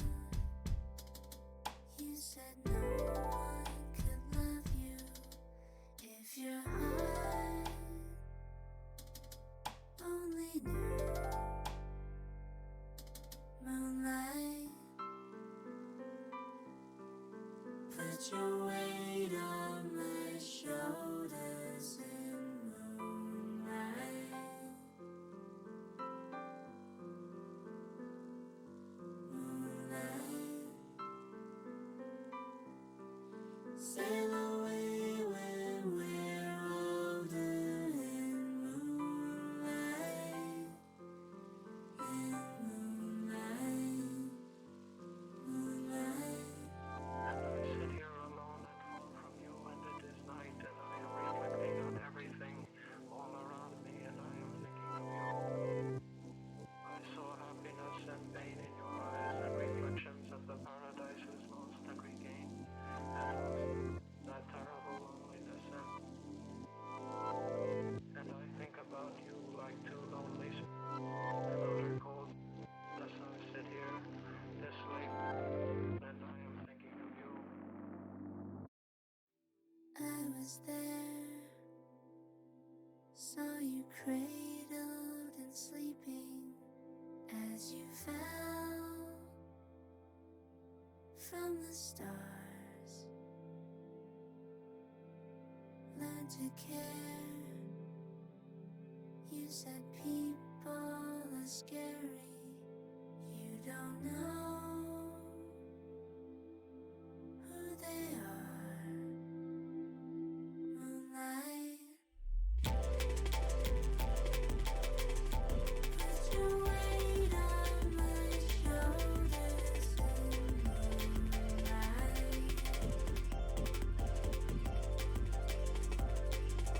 Moonlight. Sail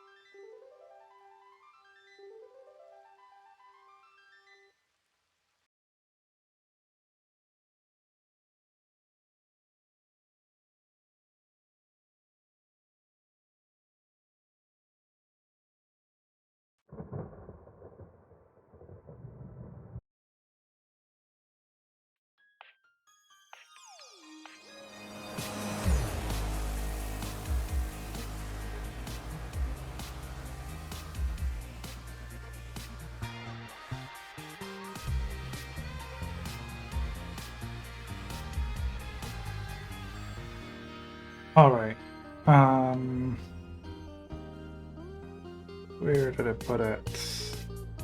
The human heart.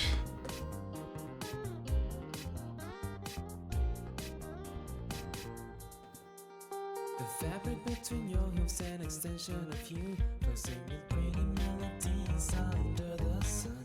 You know, as you move along the plane, it's the love that will keep you in the game.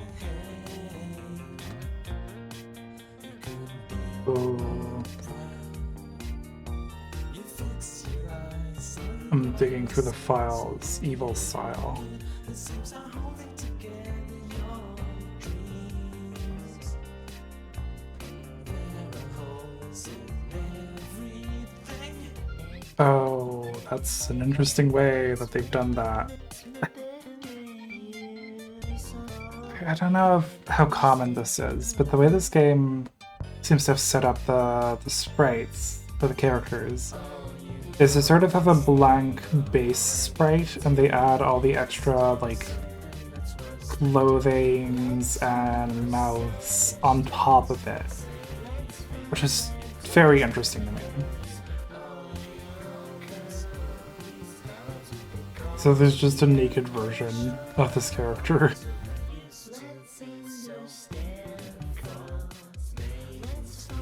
It's a little bit like puppet animation.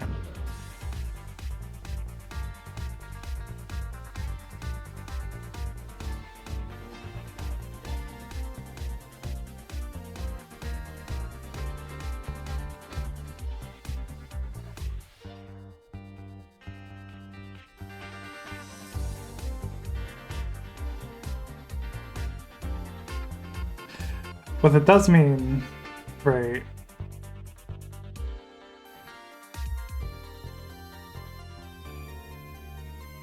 How do we even show this?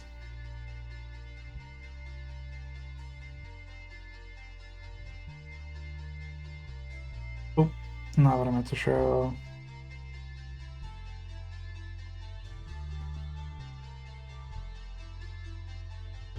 Is you end up with a bunch of sprites that look like this in the game files. Which feels like creepypasta fodder. This is scary. This is a scary image.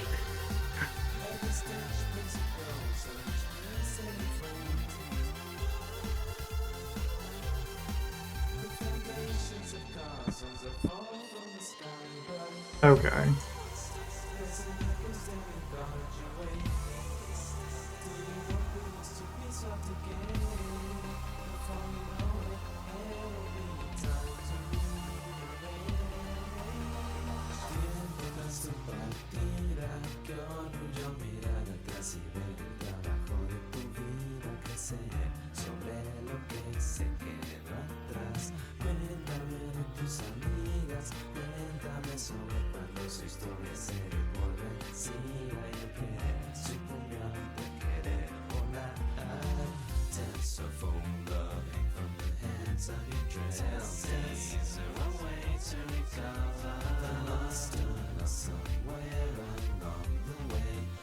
Maggie!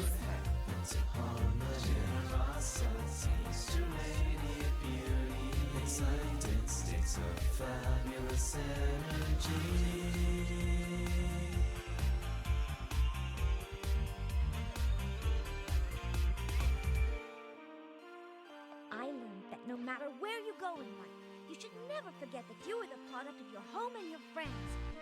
And that is something always to be proud of, no matter what. It is this life she wants. These are the friends she loves. You find they are good ones. Make this the best ever.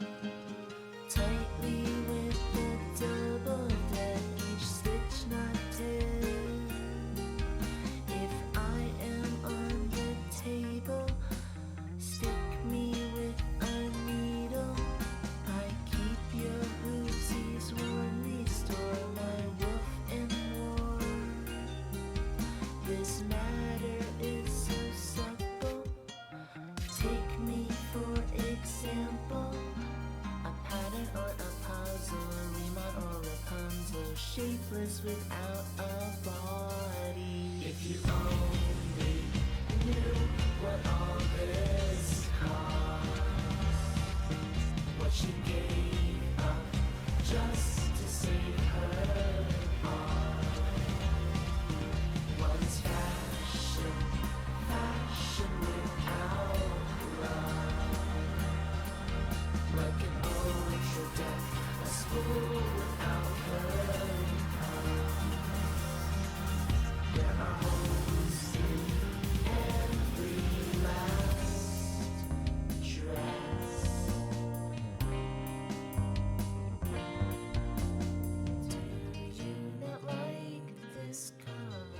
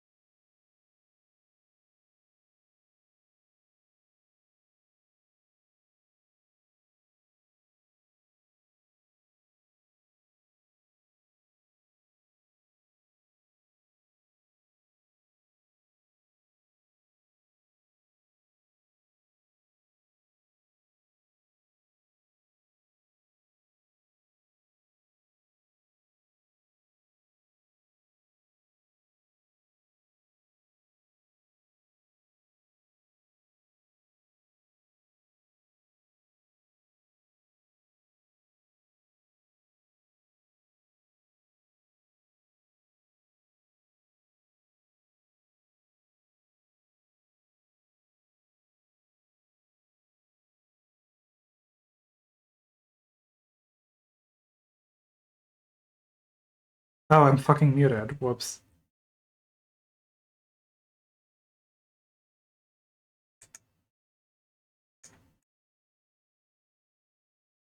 This is how the sprays are all put together in the game, which is interesting.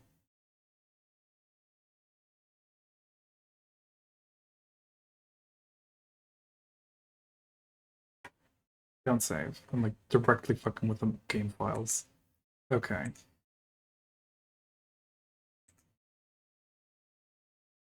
There we go. Let's play game.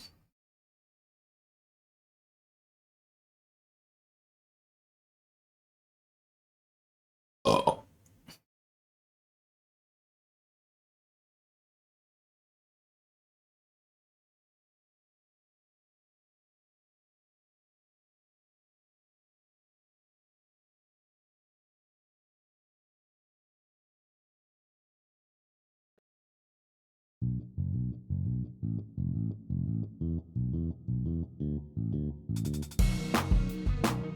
I'm gonna struggle with this music.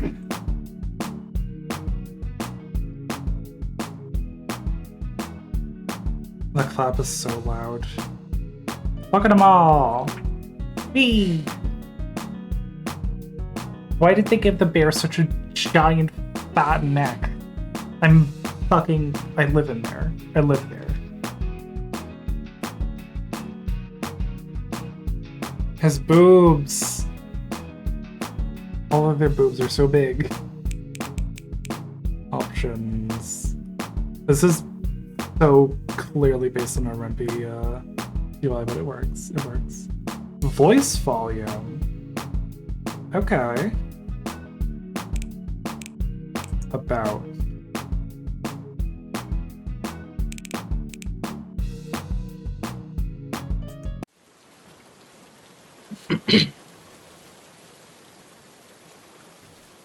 Rain pours down your entire being. The cold washes over your body, chilling you to the bone. The darkness swallows you whole, there's nothing left to see. You're caught in the middle of a storm. A sharp, dizzying pain hits your head, making you unable to move a single muscle. You call out for help, slurring your words. You were unsure if anyone could hear you through the heavy rain. Falling down to the ground, consciousness fading, nothing more to do. Shrouded in the veil of darkness, engulfed by the harsh and bitteringly frigid wind. It was all too much. Heavy rain mentioned. Our favorite game. You lie there and breathe your last breath, and as your heart is about to stop breathing, about to stop beating, suddenly the origami. Fucking sleeper agent shit. A warmth. A faint voice was calling to you from beyond. A soothing, friendly feeling meets your body. Once you were not familiar, when you were not familiar with prior to this moment. Even if just a little bit, it fills you with hope, the strength to continue. It fills you with life. The origami killer fucking isekai'd you. Day 1. Voice you don't recognize speaks to you. Hello? Can you hear me? Please be alive. You couldn't muster up a reply. The most you could do was let out groans of pain. Holy crud, you're still breathing. Said groans were enough for the mysterious speaker. We need to get you out of this here rain, right quick. Soon the warmth turned into a mild heat, followed by the sensation of fur and fabric pressing up against your skin as you feel yourself lifted off the ground. With all the strength you can muster, urged by curiosity, you manage to open your eyes. Ah!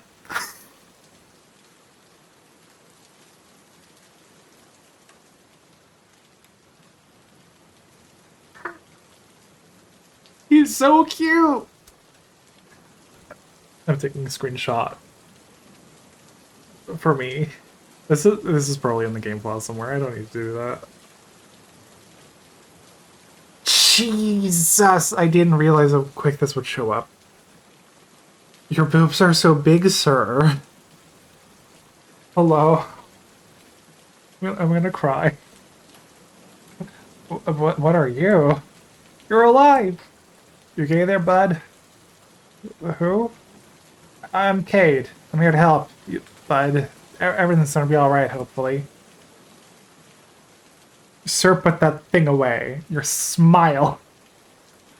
Cade?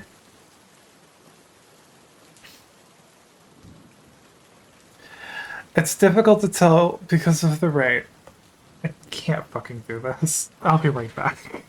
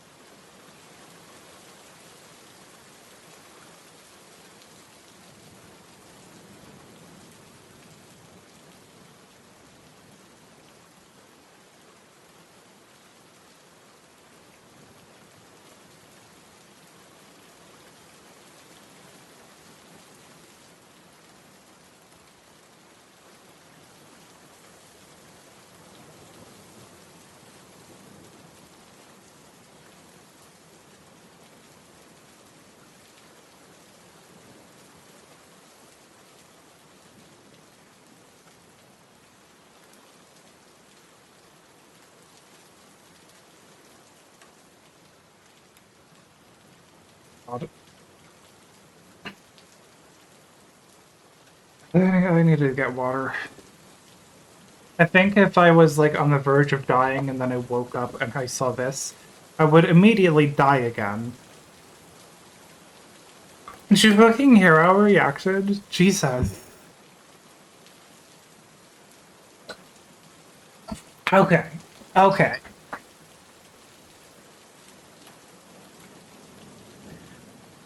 Oh. Wait, y'all can hear me, right? Yeah, okay. Okay. It's difficult to tell because of the rain, but for a moment you could have sworn your saber seemed like he was on the verge of tears while carrying you. Yeah, that's my name, bud. You have a name too? Hugh. Yo. It's a great name, bud.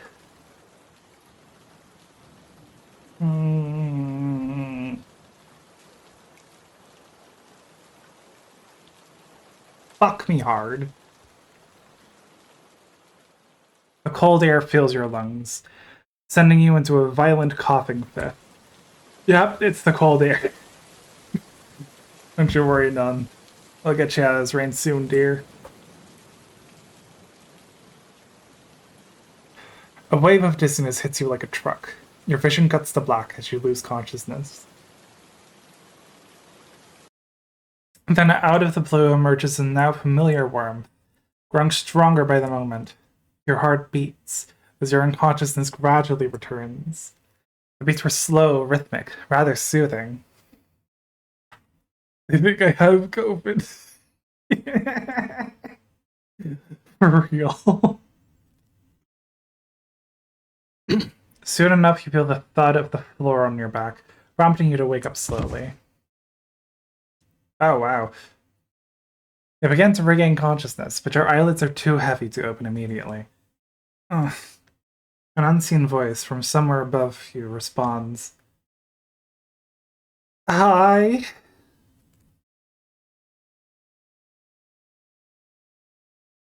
That you down too hard. Sorry, bud. Is the blanket warm enough for you? How are you feeling? Because we're shaking like a bucket of hissing and slithers back there. And a nasty coughing fit, too. I think I have COVID. Sorry, your boobs look heavy. Let me carry them for you. What the... Buddy? You take a moment to take in your surroundings, soon focusing on the figure in front of you. Bear! Ah! You're damn right. He's cute as fuck. Yeah. You swiftly back away into a wooden column. Startled by your sudden movements, the bear springs to his feet. What's with you, buddy? What's with this? How am I... Disoriented and feverish, you throw up your fists to defend yourself. Stay away from me! This is not accurate to how I would react in this situation. I would be asking for hugs. Calm down, dear. I ain't gonna hurt you. Frantically, you kick a small pile of hay in the bear's face, managing to hit him square on the snout, momentarily obscuring his vision. Ow, that stings. Where'd you go? With the bear preoccupied, you take a chance to put some distance between him and you. Pushing open the flimsy barn doors, you make a break for the outside. No! I want to have sex with him. Fuck you. Cockblocker protagonist. You take a couple of quick steps. It takes you a few moments for you to catch your breath. What was that thing? How did it know my name? Get a grip, dear. Breathing heavily, covered in rain, you take a chance to look up at your surroundings. Where am I? English countryside shit. Before you know it, lightning strikes in front of you! Ah! The proximity of the strike deafens you. In your panic, you run around for somewhere to take shelter. Unfortunately, the fog of the storm wasn't allowing you to see. Frantically running around, you slip. You fall on your side, hitting the ground hard, losing consciousness once again. Warmth comes back for you once more. It shrouds most of your being. You feel it all over you, a strong, sturdy, yet soft and fluffy feeling, tightening around your body ever so slightly. You regain consciousness and slowly try to open up your eyes again.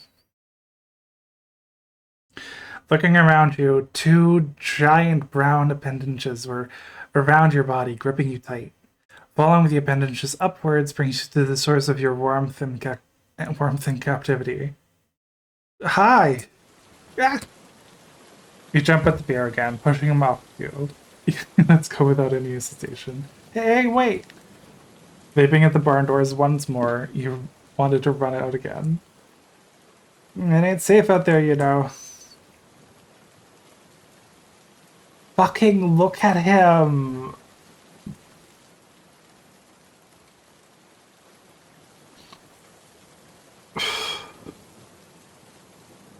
him yesterday. Yummy snack.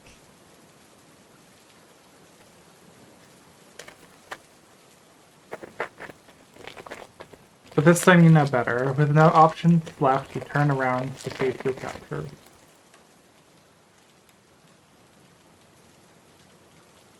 What do you want from me? I don't have any Slurpee. food for you. Is feeding him an option? Your speech starts slurring as you struggle to maintain a coherent train of thought. Don't eat me, I taste bland.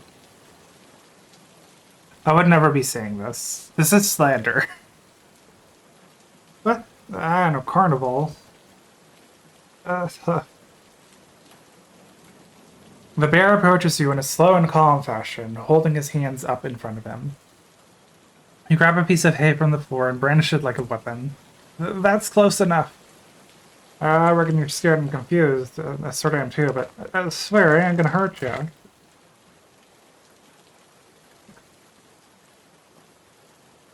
You let the bear's words hang in the air for a moment while you close your eyes and gather your strength.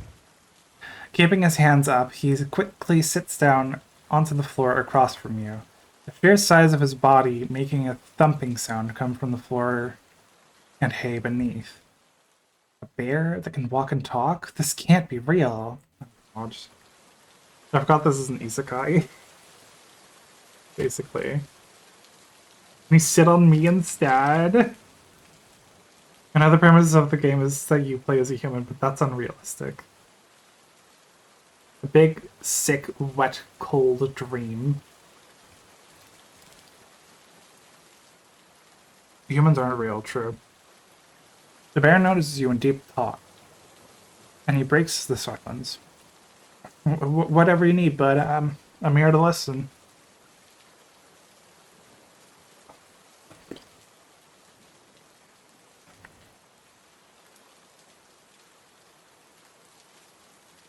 I want to play with his belly. You took a few moments to catch your breath. You sat on the ground yourself, ready to speak up. You decided to ask a question.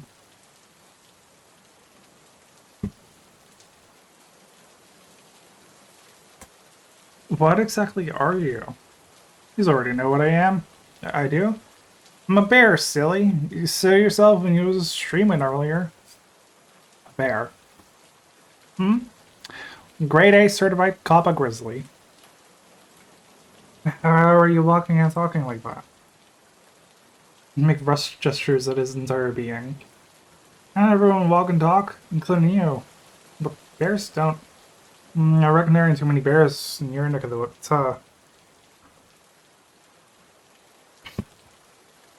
You stare at the ground for a moment. Well, there are wild ones, but they can't walk upright or speak like you can. Ain't that the kicker? Every bear I know has got a hankering to talk. Every bear? He decided to ask a question. How did I get here in this barn? I brought you, of course. Why should do something like that? It's raining like crazy out there. I don't even know you. Dare suddenly looks hurt by the possible implications of your question.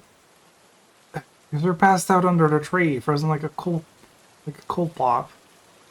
Frozen like a cold pop? I'm just gonna leave you there. A silence passes through you and you ponder for a moment. How'd I get under the tree then? I got the slightest clue. All I know is that there was this big old flash of light. I reckon lightning hit the door. Oh, damn it. But there you were, lying on the cold floor. Lying cold on the floor. It's strange. Look, how you got here ain't important. What matters is that you're safe now. I wanna tuck my snout into his neck fat and feed him salmon. Is that okay? Is that fine? No, only I get to do that.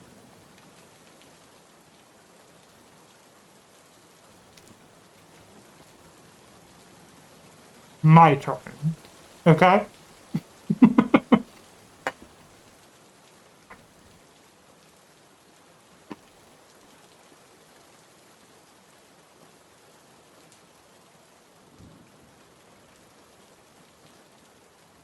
Huggies. Sir, your boobs are huge. And no one dying out here alone. Night, no siree. That's my southern accent. Alone, the words stir up a subtle ache in your heart, but you can't figure out why. You decided to ask a question. Where am I? Not from him would fix me. So true. I want him to hug me and never let go. They're in a barn, silly. I said your head real hard out there. That's not what I meant. Well, what are you asking there exactly?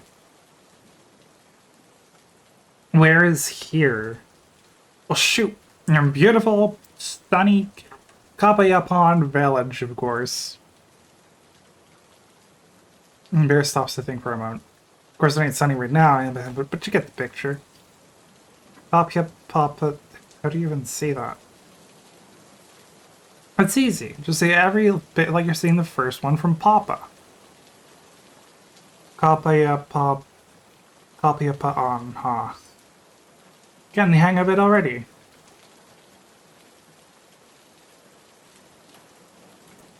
Who are you exactly? Well, wait, are you... You're Kate, aren't you?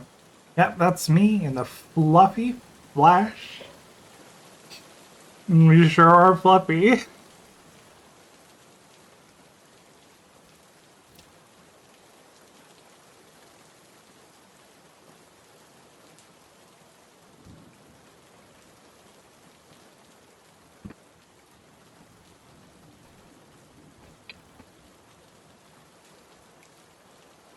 Okay. Either I was dreaming or you carried me in from the outside. Sure did. Of course, I did have to wrap you up nice and snug in that there blankie. Why are you holding me so tight the second time? Your teeth were chattering like a carburetor run out of fumes. I had to do something. All of this fur ain't just for show. That'll keep you nice and toasty. I know it does for me. Please! Please!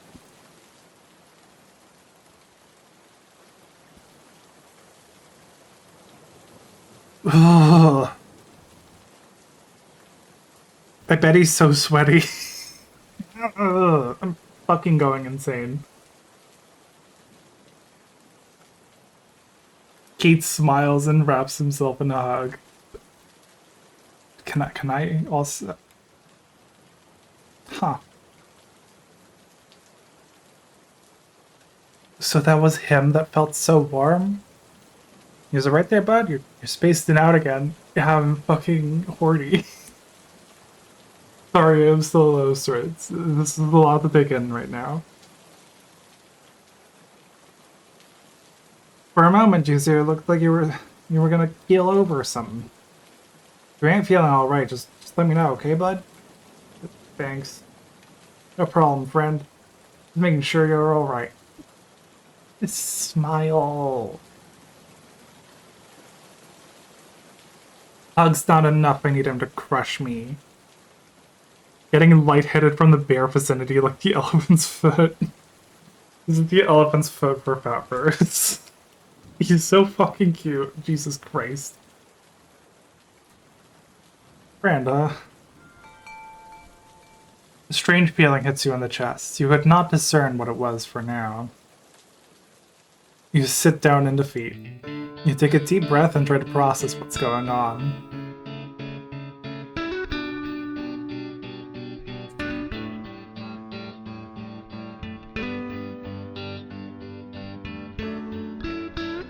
Oh wow, I hadn't even noticed I'm grinning so widely IRL. The effects of bear vicinity. I'm really sitting here talking to a bear right now, huh? At least you were lucky enough to run into a friendly one. I'm sitting here talking to He gestures to you expectantly. A human. Ah, I never met one of those before. Wait, you've never met a human before? Nope, I don't recall ever seeing anything like you before. I guess that's the same for both of us. Well, if I'm your first bear and you're my first human... The bear stands up, towering over you. He extends his hand out towards you.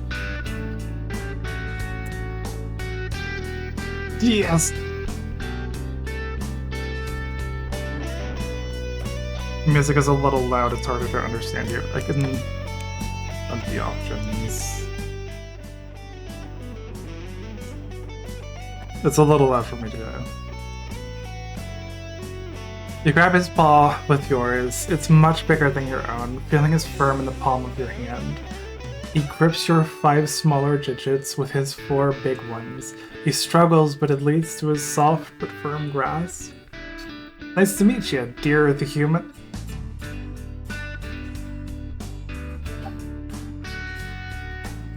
Not a human.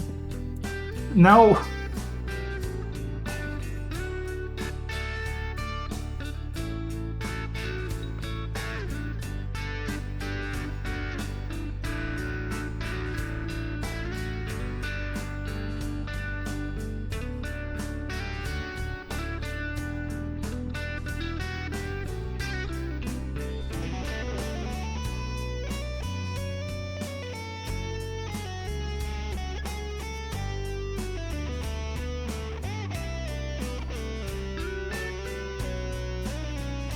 He smiles at you while moving his hand up and down, making yours move as well. You can't help but chuckle at his sincere endearment.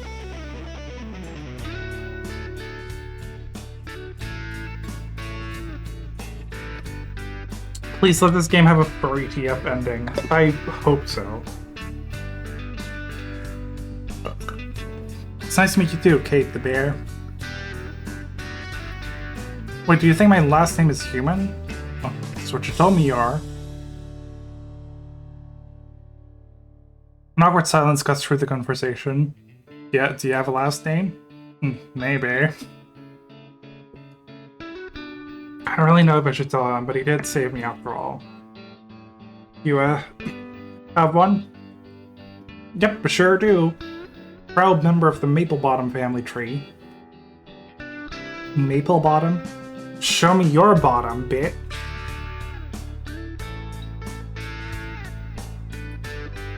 The default name being Hugh makes sense now. Like human. You're serious. Yeah, my poppy told me. It comes from the old uncertainness of the great maple trees and from our old ancestors being the foundations of generations of communities tenfold. You chuckle under your breath a little bit. What's so funny? Nothing. That's a great name. You blush. You blush. It's okay, baby. Petting you. Petting you. Petting you. Petting you.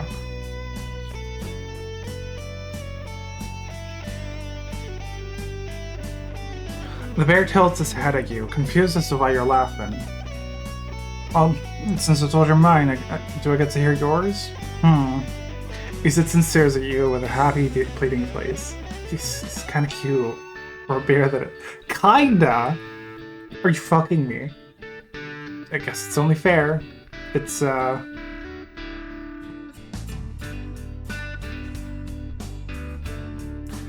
First name Q, last name Man. What's my last name?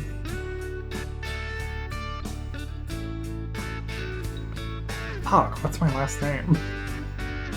I'll put my real name in there. Fuck that.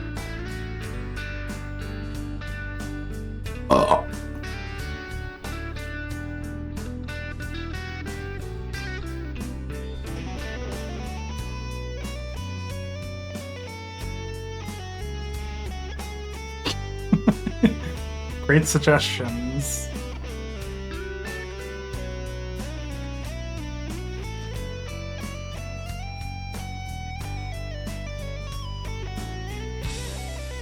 Huh.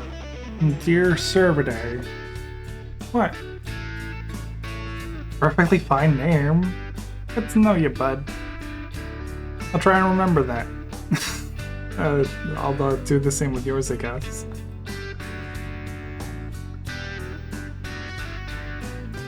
The deer smiled at you. You try and say something again, but you were thrown into a coffin fit. You're alright? It's just the cold. I'll be fine eventually. I tried to speak in between coughs. Guess I'm not used to talking this much either. Scratching your throat, a few more coughs come out. Need some water or something, bud? Dear Cervidae, the human name for a human being. When I'm so cold, I need warm beer hugs. No. Maybe. I'll take that as a yes. Pete stands up and pats himself off. Let me get you some stuff from Oh Nuts. Real quick. You stay here and rest, okay? Kate picks up an umbrella that was leaning on the wall and heads towards the barn doors. Not like I've got anywhere else to be. You say with sarcasm and a slight smile. That's the spirit. I'll be back in lickety split. Donuts like donut. Before Kate could reach the door, the hinges creak and someone lets themselves in. They really just start off with all the fat guys. Jesus fucking Christ. I'm madly in love with him. Hey Kate, you hear? Gah! And the intruder suddenly freezes in his tracks. His smile widens as he stares at you intently. Feeling exposed to a new set of eyes, you instinctively cover up more of your body within the blanket. His intense mouth breathing didn't help much either. Who he? Who? Huh? Hi? Oh, hey, Dylan. This is... Oh my gosh! Dummy. What? Hey, who in the... is that? Oh, it's my new friend. His name is... Oh, who. Oh, his underbelly is exposed. The mole shifts his gaze to and from the bear, gesturing at you in a rapid motion. You try to look away and cover more of yourself up.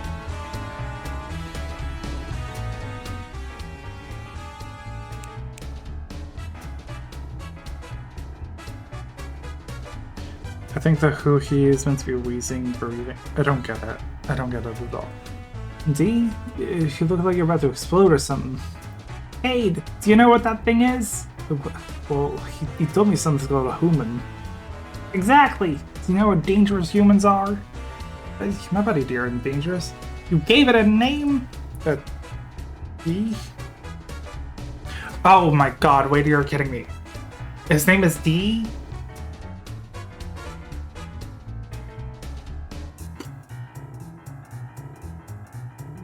Why is he staring me down so much? It's creepy. Excuse us for a moment, bud. Cade notices how uncomfortable you are, and he tries to push the blue animal outside. What just happened? The two were outside the barn doors now. You could hear some slight chatter. You tried your best to listen in on the two, but the sound of rain drowns out their conversation. Well, that guy was weird. It seemed like Cade knew who he was, though. You sat there in the barn, eliciting a couple more coughs before the two headed back. Dear buddy, I'm gonna go get you some that water, I promise, but my buddy Dylan here will look after you while I'm gone. No, Axel. Wait, Kate, I don't think that's a good... Is he like a chaser? The blue animal. The bear leaves out the barn door, is not hearing what you just said. Idea. The mole stares at you once again, feeling ever so slightly uncomfortable. You try to distance yourself from him, backing up into a stack of hay. I hope he doesn't say anything until Kate gets back. Unfortunately, the more mole works up the courage to come close to you and speak his mind. This is just like the time for this. Oh, no, met those aliens in season 12, episode 5. What's he whispering about over there? He raises up his hand, separating his four fingers in the middle. Greetings! I am Dylan Ramos of Earth. I mean you no harm. He speaks to you with a forced nasally tone along with a slow, condescending manner of speaking. Not an alien. He puts his hand down in a rapid motion. My apologies, I can understand you, okay? My bad. My name's Dylan, it's nice to meet you, man. I like how they immediately gender you as male. That's interesting. Why did they do that? Why did they do that?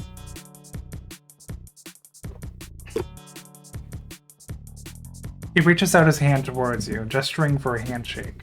But before you could react, he swiftly retracts his hand into his chest. Wait, you're not one of the ones that have laser eyes, can possess my soul or something, are you? No, why would I be able to do that? What do you think I am? Okay, tell me you're a human. Humans don't have laser sights. Well, all the humans I've seen do. Wait, you've seen other humans? You stood up in shock, towering over the little man. In a panic, you grabbed him by his sweaty shoulders. Oh my god, I bet he stinks.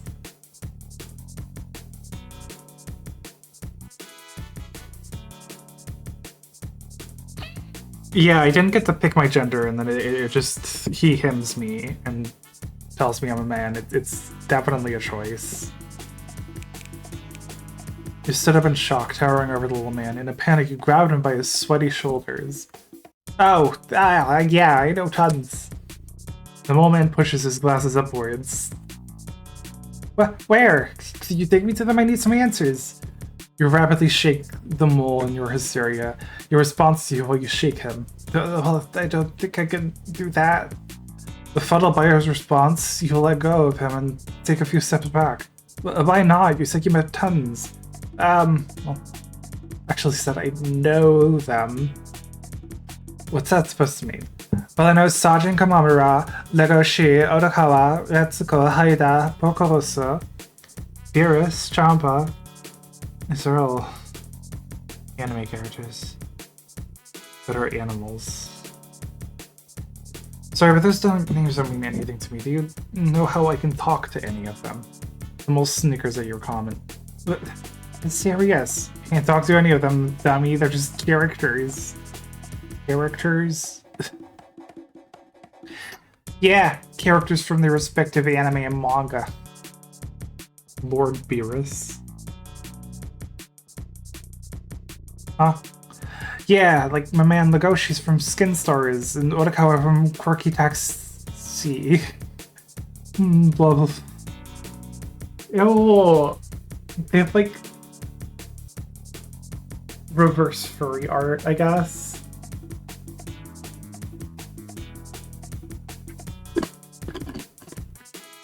That's yucky. I'm all drones on about the intricacies of his anime, but dumbfounded by what he said, you drown out the rest of his words. So yeah, that's about all the humans in Noah. Sorry, I can't talk to any of them though. Well, maybe if I can get contact with the voice actors, you could. I meant real humans like me. Dylan seems to be taken aback by your assertiveness. Why did you talk to more of you anyways? I just thought it could be helpful to talk to someone I'm familiar with. Guys, this is my flesh sonar, real stock photo of a cis woman. White woman. My human sonar. Dilbert. The guy.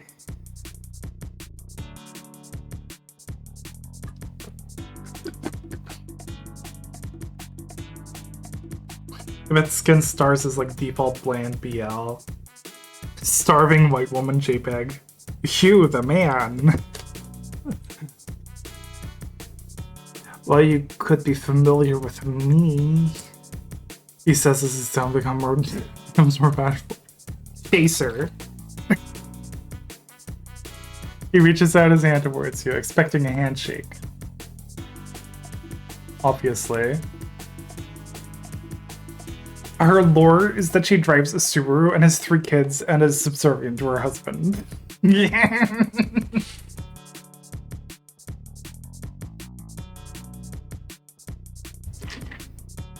You grab his surprisingly large hand in yours, cupping sideways. The mole's palm was very sweaty. You could feel it as it slimed around all... You could feel it as it slimed around over your own. Holy sweaty mole, bark, bark, bark, woof, woof, woof. Gross. My name is Dylan Remus, Blue Mole Rat, certified C++ programmer, top 15 challenger rank in LOL, and watchover grandmaster. Nice to meet you, dear. Fucking Overwatch? He plays fucking Overwatch? That's kinda hot. You pulled your hand away as soon as he was done talking. I have no idea what you just said, but nice to meet you, too. You say as you wipe your hand on your shirt and try to get rid of all the mole sweat on it. Dylan notices this motion. My hands get all sweaty when I'm excited. Of course he does C++. Ugh. The mole is clearly very embarrassed about his sweaty palms. Excited? Yeah, but wouldn't I be? I'm getting to talk to a real-life human right now. That's so cool. Real life? How come you guys even know what humans are, even though you... even enough to put them in your anime? Nearly everyone's heard of humans. But how? Your kind is the stuff of legends, really, like mythical beasts yet proven to exist.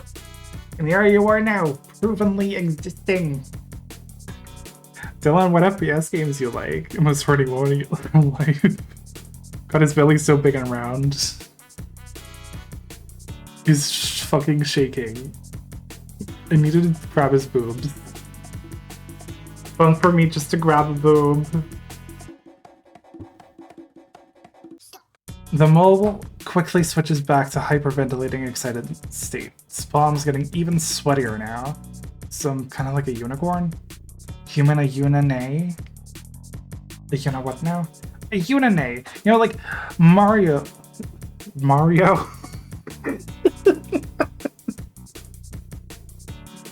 A unine! Like Rarity from MLW.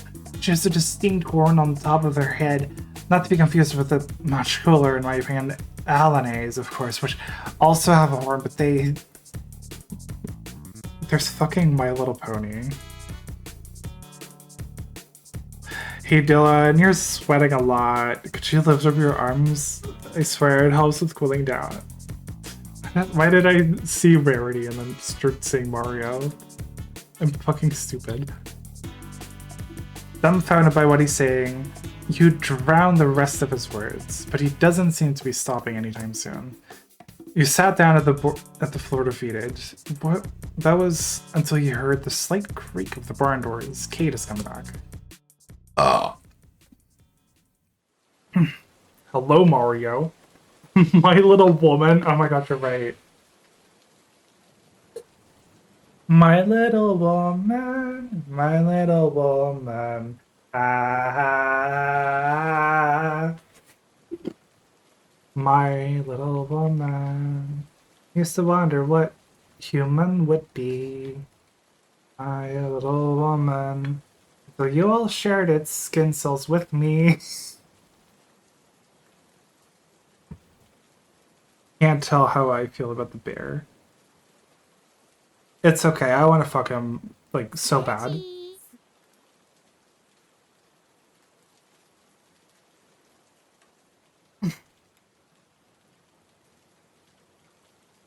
Well, hey now, the seal getting long. Oh, thank God you're back. It's just telling Deer all about MLW and how it relates to his situation. Cough.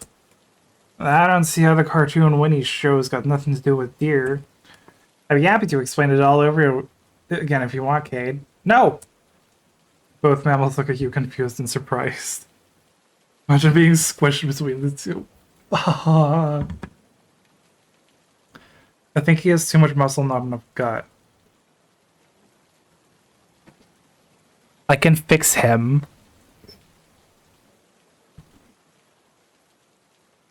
Both mammals look at you confused and surprised. I mean, what you got there, kid? Looking towards the bear, you can see he now has several items tucked away in his arms. Oh, well, I got you that water, I promised, and some snacks too, just in case you're hungry and all. Oh, wow, that's really nice of him. He lowers himself and hands you Yummy some... snack. Fuck, I ran out of waffles.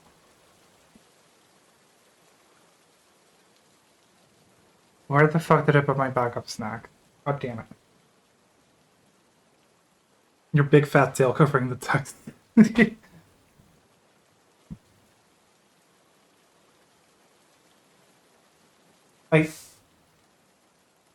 did I fucking put my...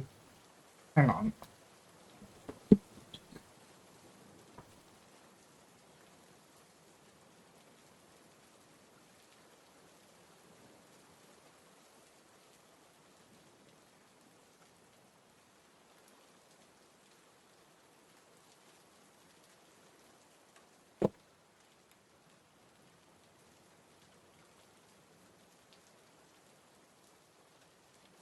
Found it. A yummy snack.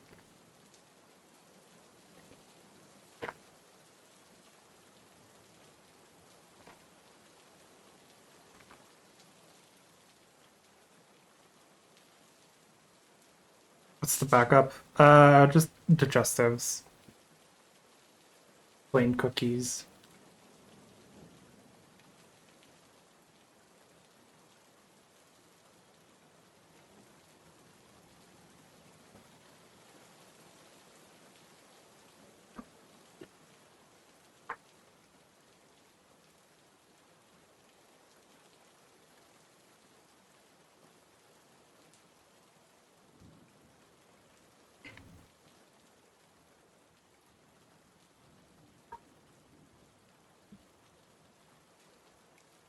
He lowers himself and hands you some of the water and pastries.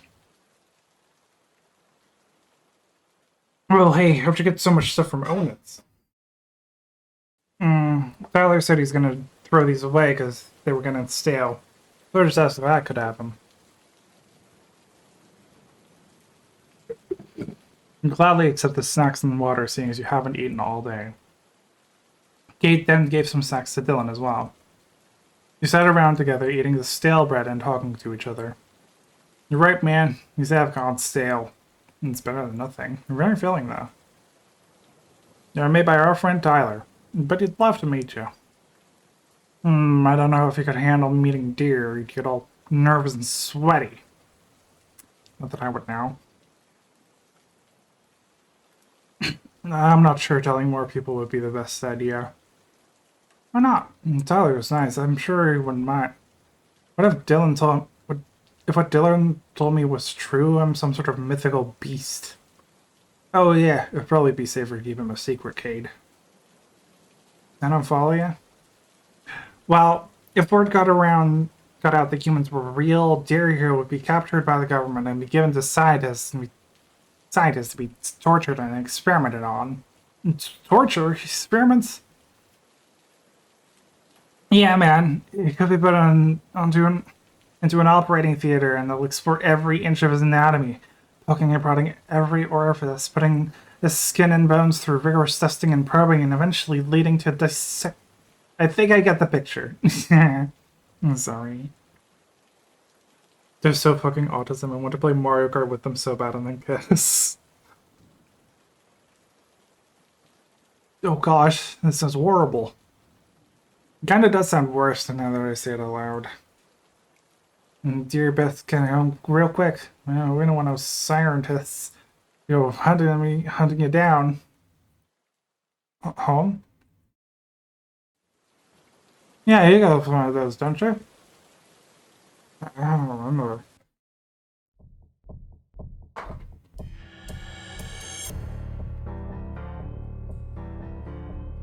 I wonder if the text is going to imply you're thin or fat or room into your body, really.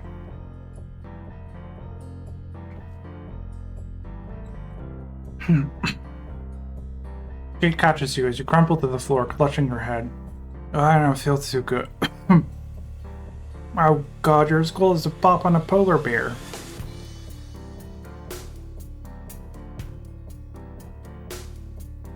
And your face is leaking. You look real gross, man. Thanks. Oh no, Cade. I need mouth-to-mouth CPR. You probably can't handle the cold seeing as he doesn't have any fur on him. But we have fur. Let's just put him between ours. Fuck. Cade squeezes you firmly in his arms, pressing you up against his chest and bicep. Come on, D, we gotta warm him up. I don't think this is gonna work, man. And we gotta hightail him out of here and get him someplace warmer. I think my uncle sells a spare room in his apartment. I mean, we could take him there. It should be warmer than his old-as-heck barn. Your body continues to shiver and your throat elicits a couple more coughs. Let's go do that right now. He loosens his grip on you and has now begun carrying you in his arms. And you lift 300 pounds of deer? Really? That's so cool.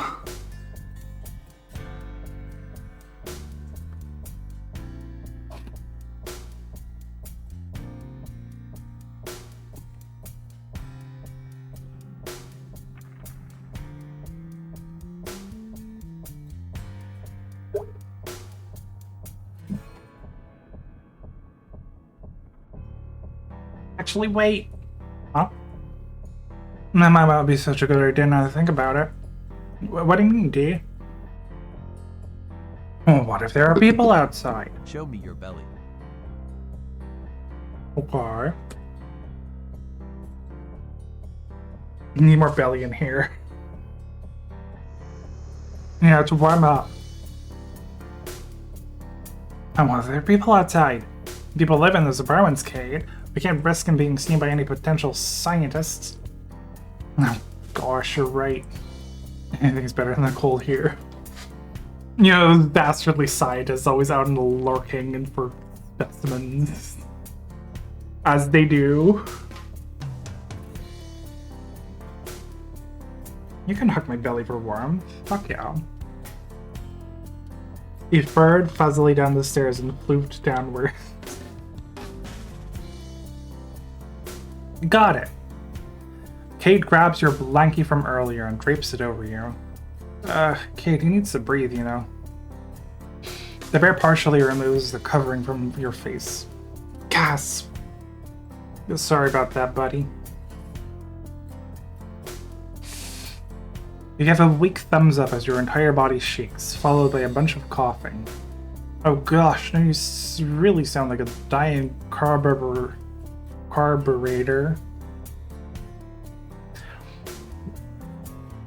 Guess we'll just have to take the risk. Let's get going then.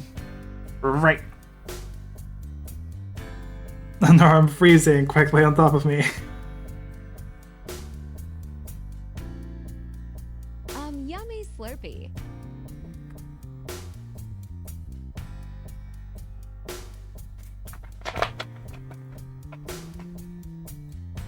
God, he's so autism, I want to do a vivisection on him without anesthesia.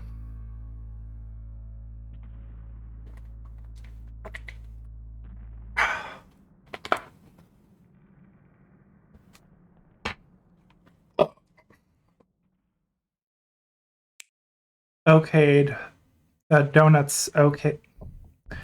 Oh, nuts. Hi, Cade, max fitness. Can we go to the gym? Can we go to the gym? I need to smell people. I mean, furries. Should go around the back of the small mark first. Lead the way, D. We'll tie behind you. Alright, this way, man. Did anyone see? I don't think anyone saw us. Try not to talk, buddy. It's still raining. Let's cut through the trees and go through the park. Cade nods his head as you walk through some foliage. Oh, thank goodness no one's at the park today. Can't imagine anyone will be here considering the hard rain, man. While the two discuss things, you take a pause to look at your surroundings. Oh, is that the tree Cade mentioned earlier? It doesn't look like any of the other trees. Weird. This one's strong.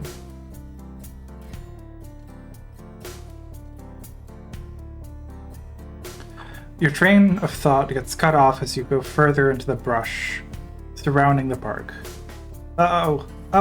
We could probably use that there fire escape. Dylan looks at the building and thinks, I don't think so. There's people out on the balcony. We're gonna have to go through the front.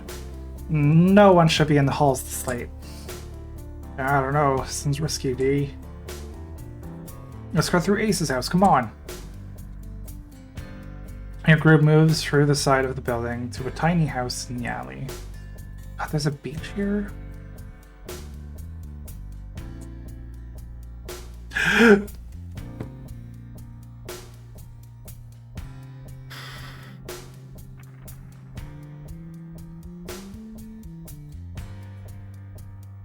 Ow!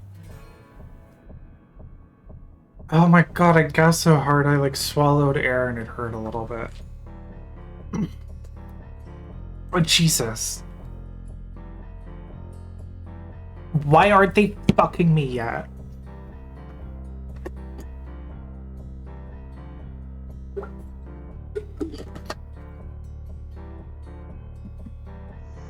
Why is he so daddy?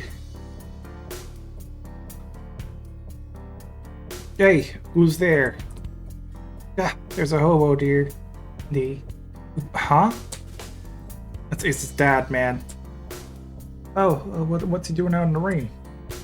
What are you doing on me? He looks drunk right now. Let's keep moving. He probably doesn't know what's happening. I told you, I ain't safe going out around front. Let's just be glad we didn't bump into anyone else, right? What are you two doing out here? It's pouring. How was that in your arms, Cade? You two weren't making any deals in an alley, were you? Alleyway, have you? I don't know how to tell you folks about this. I'm not gonna have to tell you folks about this, do I? It's just a chitter we found outside, man. Yeah, it was so cold and lonely out in the darn rain, I just had to save it. Ugh, predators are disgusting little vermin. Why would you want to save a thing like that? Big chitters are... Well, that thing looks a little too big to be a chitter. Lady draws closer to you. You try not to cough. It's just really fat. Thank you, I worked very hard on it. Yeah. You two could lose a few pounds yourself. Actually, I'm the perfect BMI for a mole.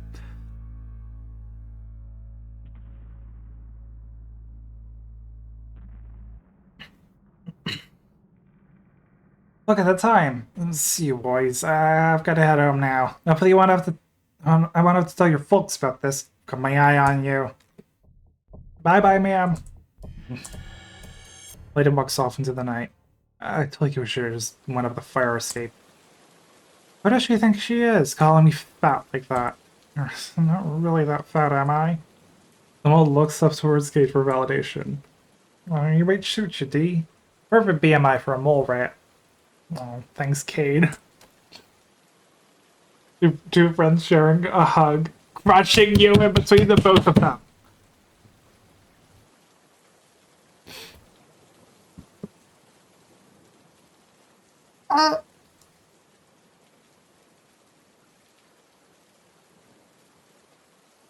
Hey, I'm still here. As you rapidly step back from the hug. Oof, sorry about that, buddy. Let's go up the steps before anyone else pops up. Dylan leads the way up 2 flights of stairs, Cade following close behind while carrying you in his arms.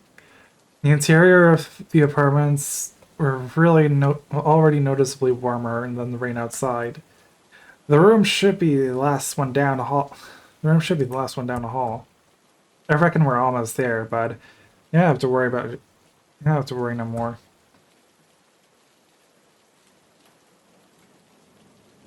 I'm imagining my persona in between them and my brain is rotating crazy style.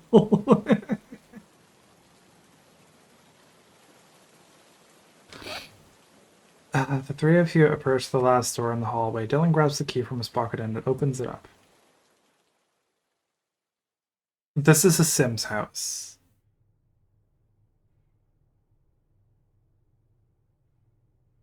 I'm almost certain this chair is like a Sims 4 asset. I'm not actually fully confident. It's so close. You thud into the semi-stiff bed, sitting upwards and coughing a bit more. Taking off your cold, wet blanket, you instead wrap yourself up in the bed's blanket for warmth. About all that sneaking around all over. I'm just glad I could sit down.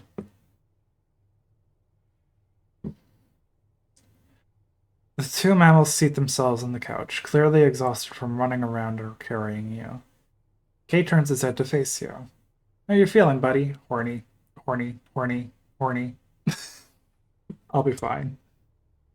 You say with heavy breaths and sniffles, making the bear worry even more. Really don't seem like it is.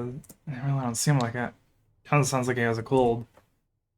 Kate's ears perk up and gets up from the couch. Well, my Mima taught me this perfect remedy for the real nasty bugs. Some nice warm soup. Trying to check the cupboards, man. I think the last time a tenant left all their stuff up there. Ugh, that explains all the furniture. Kinda weird, though.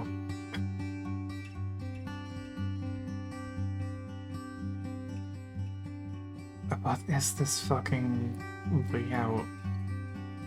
So this is the bed.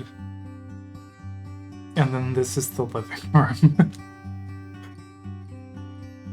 A nice warm fattening soup. Man even left the TV in here. Must have been in a hurry to leave. Oh my god, what if we got swapped? And right now there's like this asshole experiencing some isekai. There's a mailbox. That's a mailbox right in the middle of the house.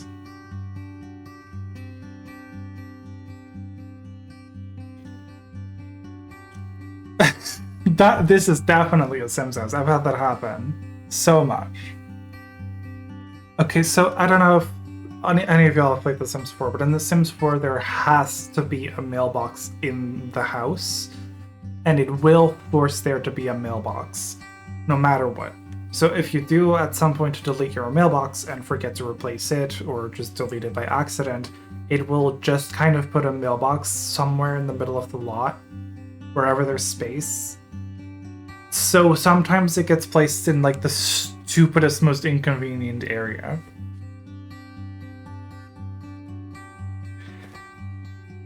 It just happens, and that's how the game is designed, right? Like it just happens. Because there has to be a mailbox for utility reasons. That's how you, like, pay your rent, for example. There has to be a mailbox. So it will force there to be a mailbox, no matter what. It's really stupid, yeah?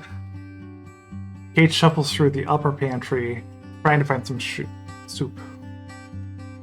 You're right, Dee. There's some canned soup up here. Would you ever doubt me? Never did, bud. Dylan grabs the remote from the couch on the TV. You could hear him shoveling through the channels before stopping at a news report. Well, it's not a smart TV, that's for sure.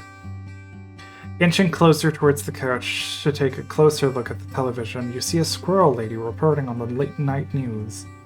Is everyone here an animal? That's correct, actually. How did you know that? There were animals where I came from, I'm pretty sure.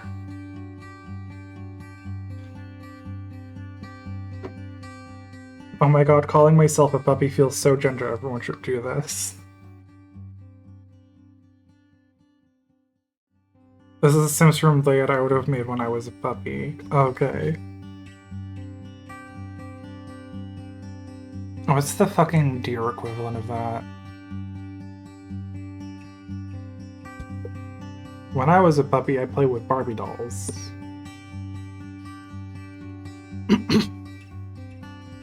Fawn.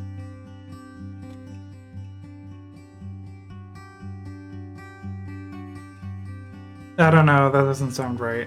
I think I prefer puppy. I used to be a puppy. Dylan turns his gaze away from the TV and onto you, looking much more interested.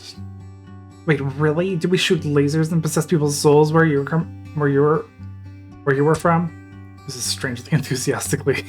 But, well, no, not really. All animals do is walk on all fours and live in nature and stuff.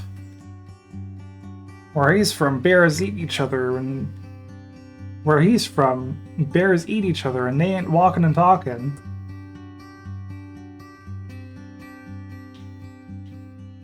Dear puppy. I'm dog braining every puppy here. That's fine. Kate shouts from across the room as he's heating up a can of soup in the stove. Oh, what about moles like me? What do they do in your world? I think they dig holes and eat worms. What? That's no fair. If humans here are really cool and I get reduced to a stereotype over there. Although animals are just gonna run around and eat things, so rabbits, cats, dogs, cows, hyenas. I can't imagine you're walking around on all fours with those weird feet of yours. Weird feet? Humans can walk and talk around like you guys, but our animals can't. I find that hard to believe. I believe him.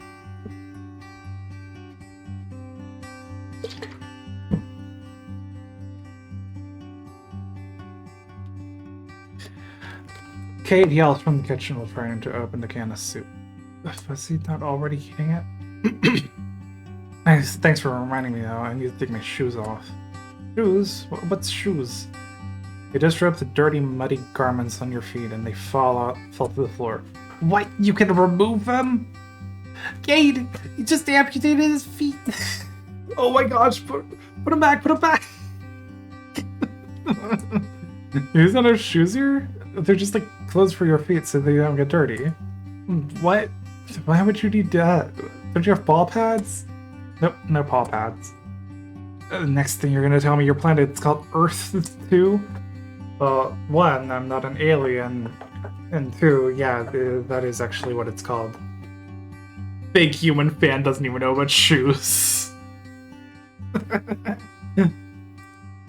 Yeah, be serious, man. Like an alternate dimension Earth? Maybe, I don't know. Hi. Well, now that I've got some soup for you.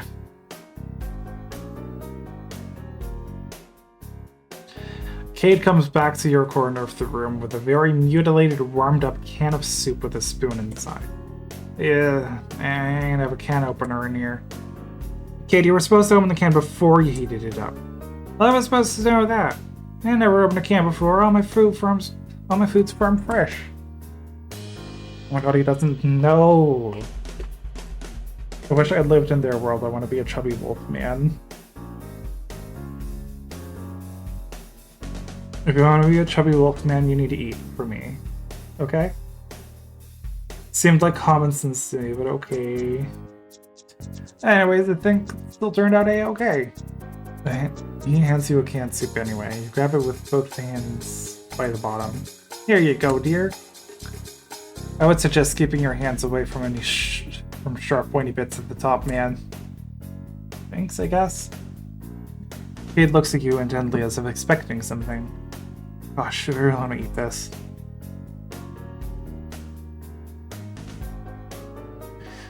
Look at him staring at me like that. He wants me to enjoy the soup. He has such big autistic eyes. Eat the soup, get fatter. You close your eyes and scoop out a spoonful of the soup. The spoon scratches the jagged top of the can, spilling out a few drops. You place the serving into your mouth, much to Cade's delight. It was a tomato soup with a slight metallic flavor. Well, at least Deer still seems to like it. Does he? Yeah, could definitely be worse. At least it's warm.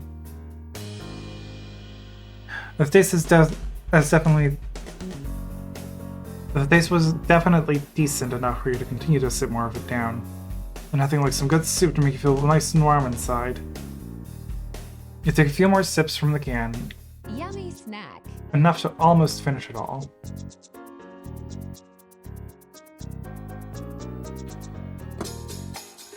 Yummy Slurpee. Dang, you're making me hungry now. Really?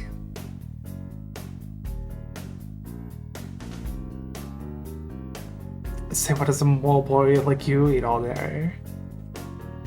You think Dylan likes visual novel games and RPG games? Dylan suddenly becomes entranced by how you're currently using your hands, more particularly your fingers. Hey, dear, do all humans have 5 fingers like you do? Oh, yeah, well, most people and things do. It's the 5th finger is for some secret language you use to contact others of your species.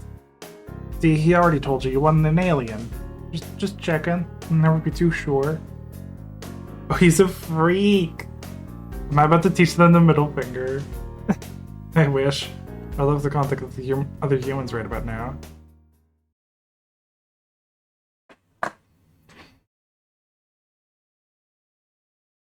The room is filled with an awkward silence as your downcast words make their way through the air.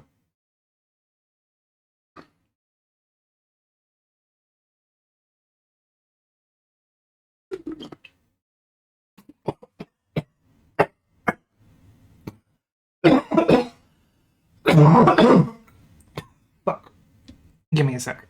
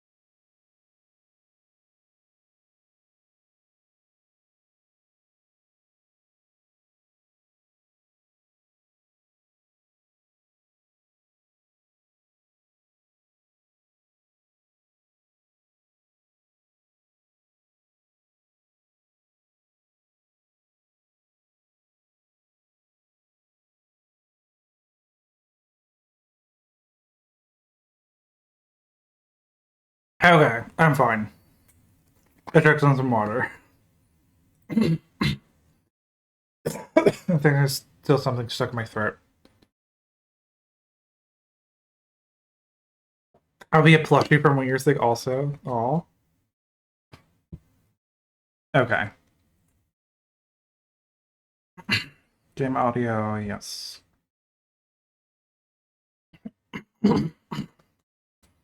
Choking on water is the worst betrayal, yeah. Hug. Okay. Oh, how about I give you my work phone? You can see if you can text any number or you remember on it.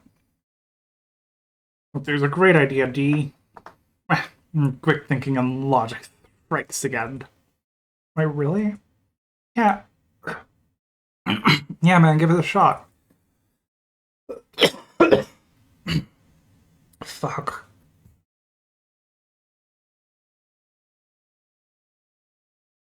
Dylan picks out a phone from his vest and tosses it in your general direction. It lands on the bed, and you pick it up excitedly. It was already on the contact screen, with a pad with buttons to type on the phone number. Okay, so this thing's loaded up already, right? He says, shaking with excitement. Yeah, I never really used it for anything. It should have a lot of load. Okay, then let's do this. You pause for a moment, holding the phone in your hands. You okay there, bud? Looks like you're lagging a bit there, dear. I don't know any numbers.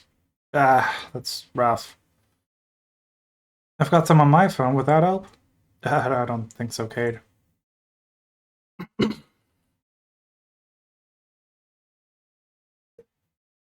Ooh.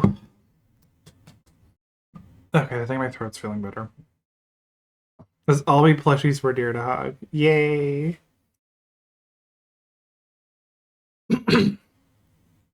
You put your head down in defeat and try to hand the phone back to Dylan. Here. You can keep it if you want, man. Oh, he's blushing. You're so nice. Pinching your cheeks. You're at cookies and whipped cream, making some tea. Oh, that's awesome. Should make some tea for my throat as well, I think. After the stream. Huh? Like I said, I never really used it for anything. So you're just giving this to me, no strings attached? It's all yours now. You can use it to contact any of us if you'd like. Mine and Kate's numbers are already on there, so let's disconnect it to my Wi-Fi downstairs. Why would you have your own phone number in your other phone? I don't know, never used that. So you're serious? I can keep this? Yeah, man. Oh, that's real sweet of you. Oh, wait. Actually, I just let me remove some stuff from the gallery first. His human porn is on there.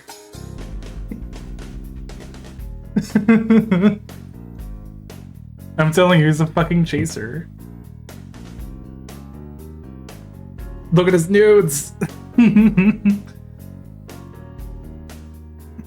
He extends his hand out towards you, expecting you to give the phone back momentarily. Gallery? What's in the gallery?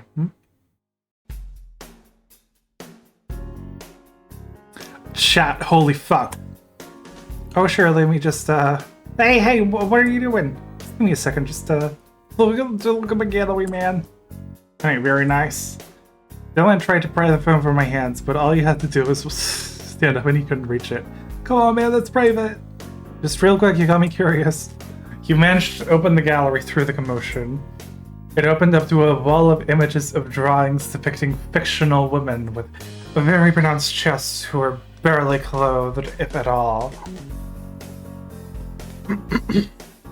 Oh no! I don't know what I expected, honestly. What'd you see, dear? He wanted the jump too. Don't egg him on. It's just a bunch of. Dylan hastily grabs his phone back with this massively long bill. I respect, jeez, man. I'm sorry. I was just curious. Oh, thank God you didn't scroll down. I didn't what? Nothing. Hetero. Nah, he's bi.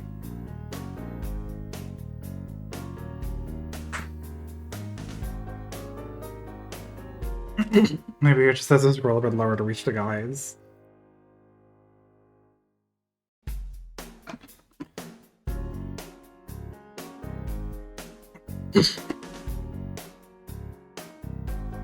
Dylan can be seen fiddling with the phone, tapping multiple times to delete things. He's trying his best to hide what it was from the both of you, but occasionally turning away when you try to look. Here, I cleared it up for you. He even changed the background. Cleared up a lot more than the gallery.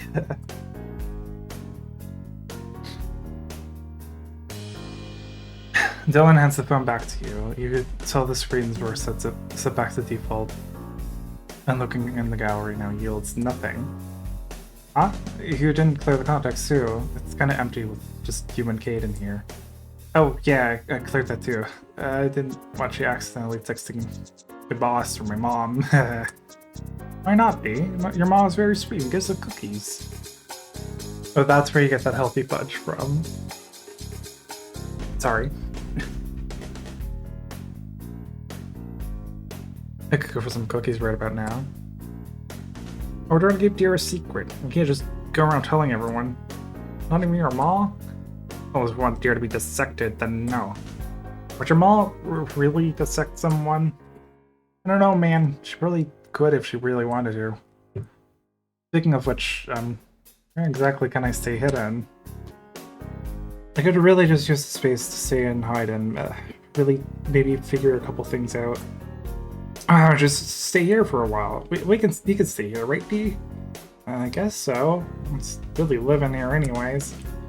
Other people in this building, though, won't anyone get suspicious? We've been talking here all day, nobody caught us yet. What about the landlord? Won't they get looking for a new tenant? Oh, the landlord's my uncle. I'm sure we're gonna just explain it away somehow. So I can really just stay here, huh? Yeah, just don't ruin any of the walls. We had tenants that broke a pillar once, and they still owe us money. Why's your uncle a landlord? Why's your uncle a landlord? Why's your uncle a landlord? What the fuck?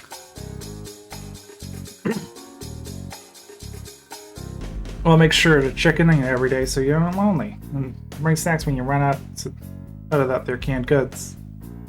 Let's kill his uncle. Eat the uncle. You're gonna be paying for all the food, Cade. What? Why can't we split the bill? I already gave him a cell phone. I'm renting him a room here. Who do you think is gonna pay for his water and electricity? If two continue to playfully bicker at each other, will you look around gazing at the furnished yet slightly dilapidated room that surrounds you? I don't understand why these two are being so nice to me. I don't know what to say. Oh, bud, no need that. No, really, thank you. I don't know what's happening or going on right now, but you two are being so incredibly generous. I mentioned it. Or I have food now, what did I miss? Wait, were you there for when we were looking at this guy's nudes?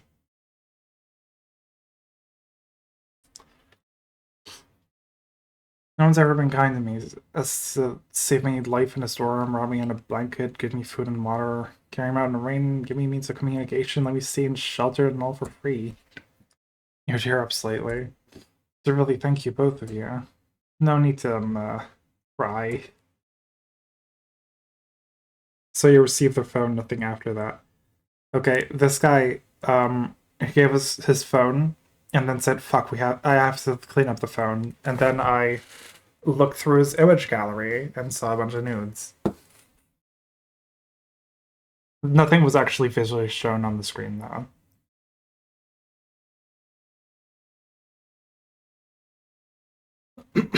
The bear animal inch closer to you, and then give you supportive pats in the back. I don't think everyone's ever been this nice to me.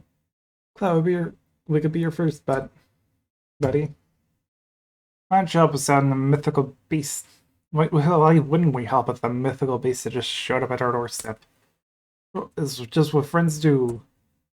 Friends? You guys barely know me. I'm basically a stranger. Well, you know what to say. Stranger's just a friend you haven't met yet. Yamato's gonna get you kidnapped one day, man. It already has. Multiple times. And that ain't gonna stop me. Of course it won't. Guess they have been taking care of me this whole day. Can I really call them my friends? You look down at the bed, confused, deep in thought. Say, how's about me and D head on out of here? Give you some air and sometimes I think. But Kate, I have a lot more things that I would like that actually. I could use a breather right about now. Is it a long day, bud? We're gonna let you rest now. Yeah, you're right. We should give you some space. Thank you. The two make their way to the door, opening up slightly. You will soon now. You there? You here? And if you need anything, man, use the phone. That's a Sims 4 fucking carpet if I've ever seen one.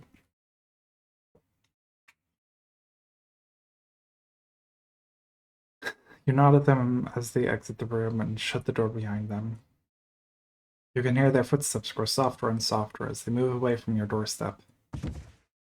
You let the entirety of your body fall into the bed, lying down now. You ponder. Am I really stuck here? In this world with no humans and all animals? You put on the TV as white noise to mask your thoughts. You can see a squirrel lady giving the weather report. You begin to let your mind adrift as not to focus on the implications of your current situation. Turning to your sodden, wet clothes under the blanket, giving them a tug and pulling them closer to your face. You smell really bad. Looking back and forth around the room to make sure the coast is clear, you disrobe and wash your clothes in the sink. These are the only pair I have. Gonna make sure they're dry for tomorrow. Sneakily maneuvering your way to the balcony, you pull up a chair and hang your clothes there. Noticing the clutter around your room, you tidy up a bit, cleaning off cobwebs and dust, and even throwing Cade's soup can in the trash. Good. Clean room clears the mind, if I recall. Feel all sticky, though. I'm sure no one would mind if I took a shower. Bathroom. What a bathroom. I don't know, I'm literally a plushie. I can wash my whole body in this. That's awesome. Yeah, I like this bathroom. It's just... I don't know, it's nice. It's different from what I'm used to. As the water pours all over your body, you begin to think about your situation some more. Gosh, I'm not really stuck in there. You take a deep breath and continue to soak your body. Hopefully things won't be so bad. If Kate and Dylan were any indication, I shouldn't be too worried. I doubt other people would be as nice as they were. Well, animals, animals, biomoles. Turning off the water, you rinse yourself down, dry with an available towel, and make your way to the bathroom. Make your way of the bathroom. Sim's house. I'll figure this out and get back onto Earth. I've got this. Got this. Completely dry now, you hang your towel near your clothes and turn the TV off. Good thought session, brain. We should get some rest, right? After everything that's happened today, I could use some sleep. They did not account for you to have long hair, I think. Yeah. I would not shower directly before bed. Walking over to the bed, you drape the blankets you were wrapped in previously over your now naked body. I guess they're softer when you're not soaking in rain. Whoa. Suddenly your phone rings as if it was received a message. You look to see what it was. Hi dear, Dylan gave me this number so I can text you wherever. If you were feeling better, it's getting dark out. Wishing you a good night. Good night. He's so cute.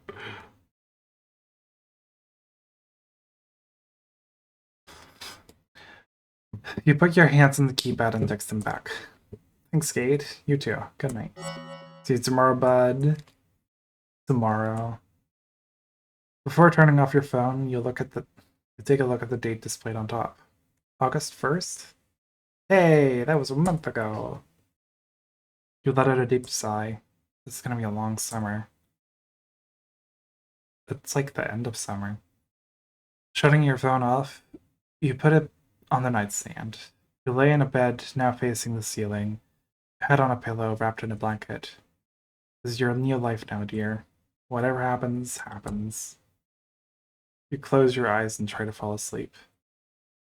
Despite all the questions lingering in the back of your head, you manage to do so. And as you sleep, until the next morning comes. What is this sound I'm hearing? It's like wind chimes. You struggle to keep yourself asleep as the noise was getting louder and louder. What does it mean? There are no answers for you thus far. And tomorrow is another day.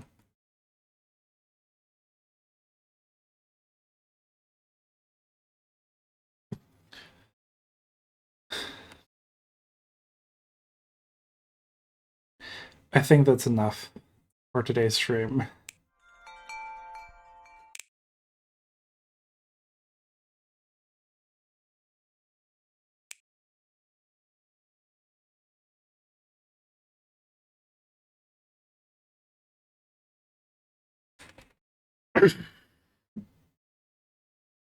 Very fun, yeah. Both visual novels were very fun, actually. Yeah. Like, one of them is obviously a lot more, like, horny driven and just gives you little scenarios, right?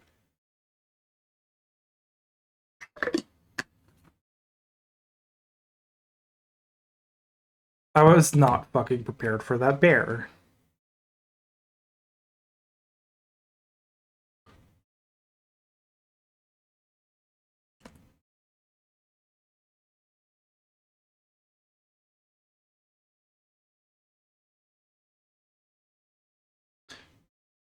I was not fucking prepared for that bear. Wait a minute. This is the image they're using for the fucking apartment hall? Wait.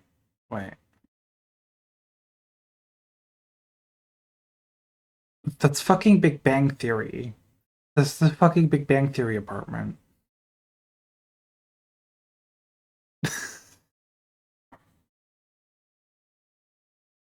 That's the fucking Big Bang Theory apartment.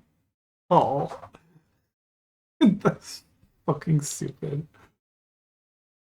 Oh my god. Okay. I'm gonna keep digging through these files a little bit because it's funny. Bazinga.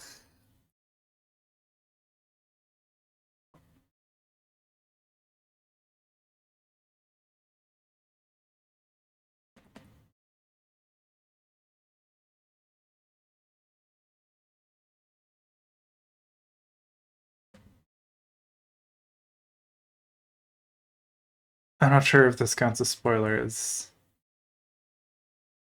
Don't worry about it. This doesn't go to spoilers, right?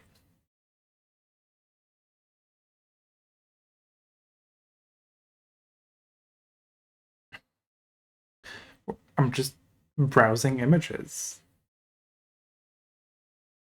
Here's that, God, he's so fucking cute.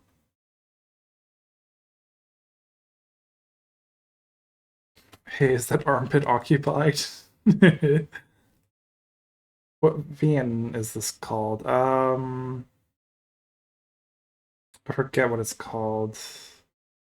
Oh, right, it's called A Human Heart.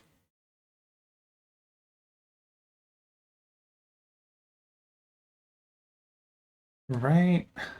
The Human Heart. I'll put the download link in the game page. A link thing. There you go.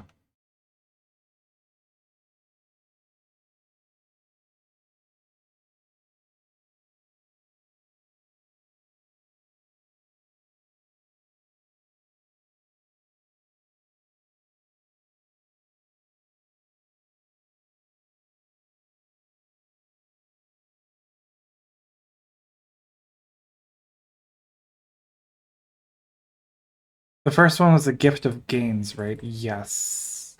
Gift of gains. Putting that in there too. Anyways, more image. Wowee. What's the fucking scenario for this? What's the scene where this shows up? I feel unwell.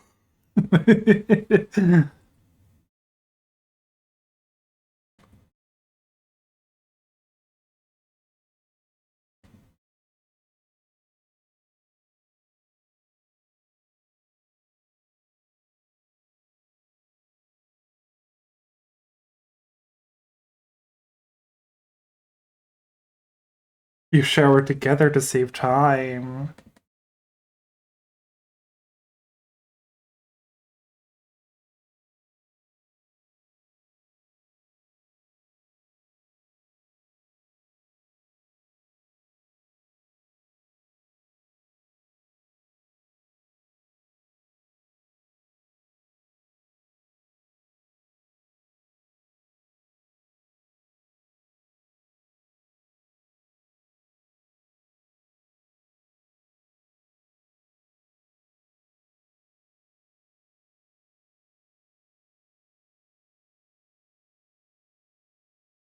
Furry gaze is crazy. It does. It does go crazy.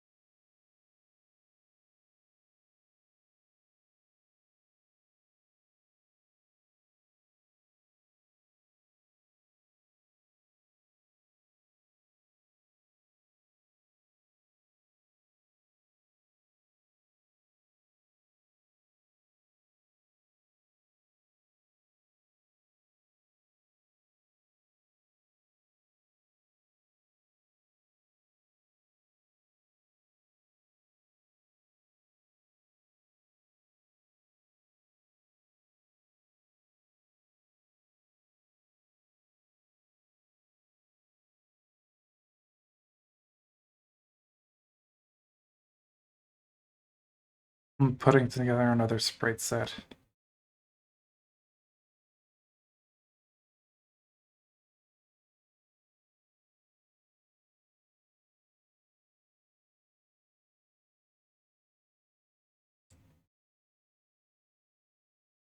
Oh, you know. One of the sprites is from the game. I mean, because they're all broken up into like a bunch of distinct images, you know?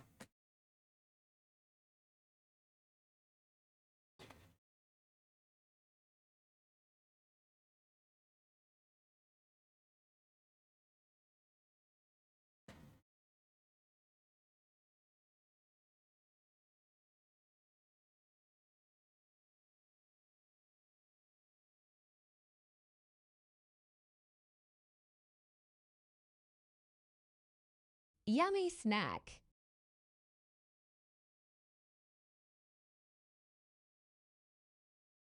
There we go. Look, it's him.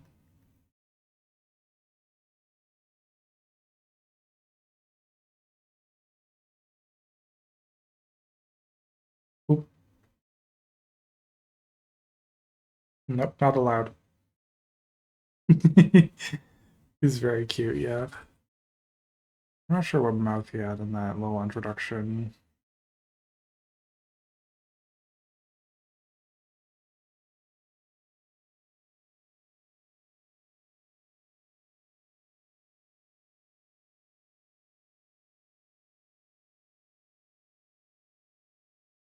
He's really cute, and I want to smell him.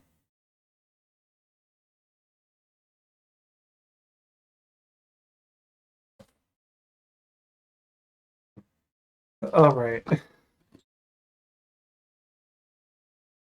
That was really fun. I very much encourage you to like check out those VNs on your own. They're free.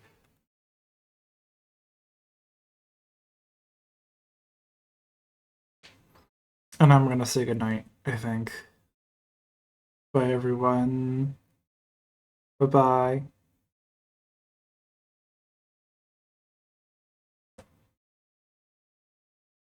Bye bye.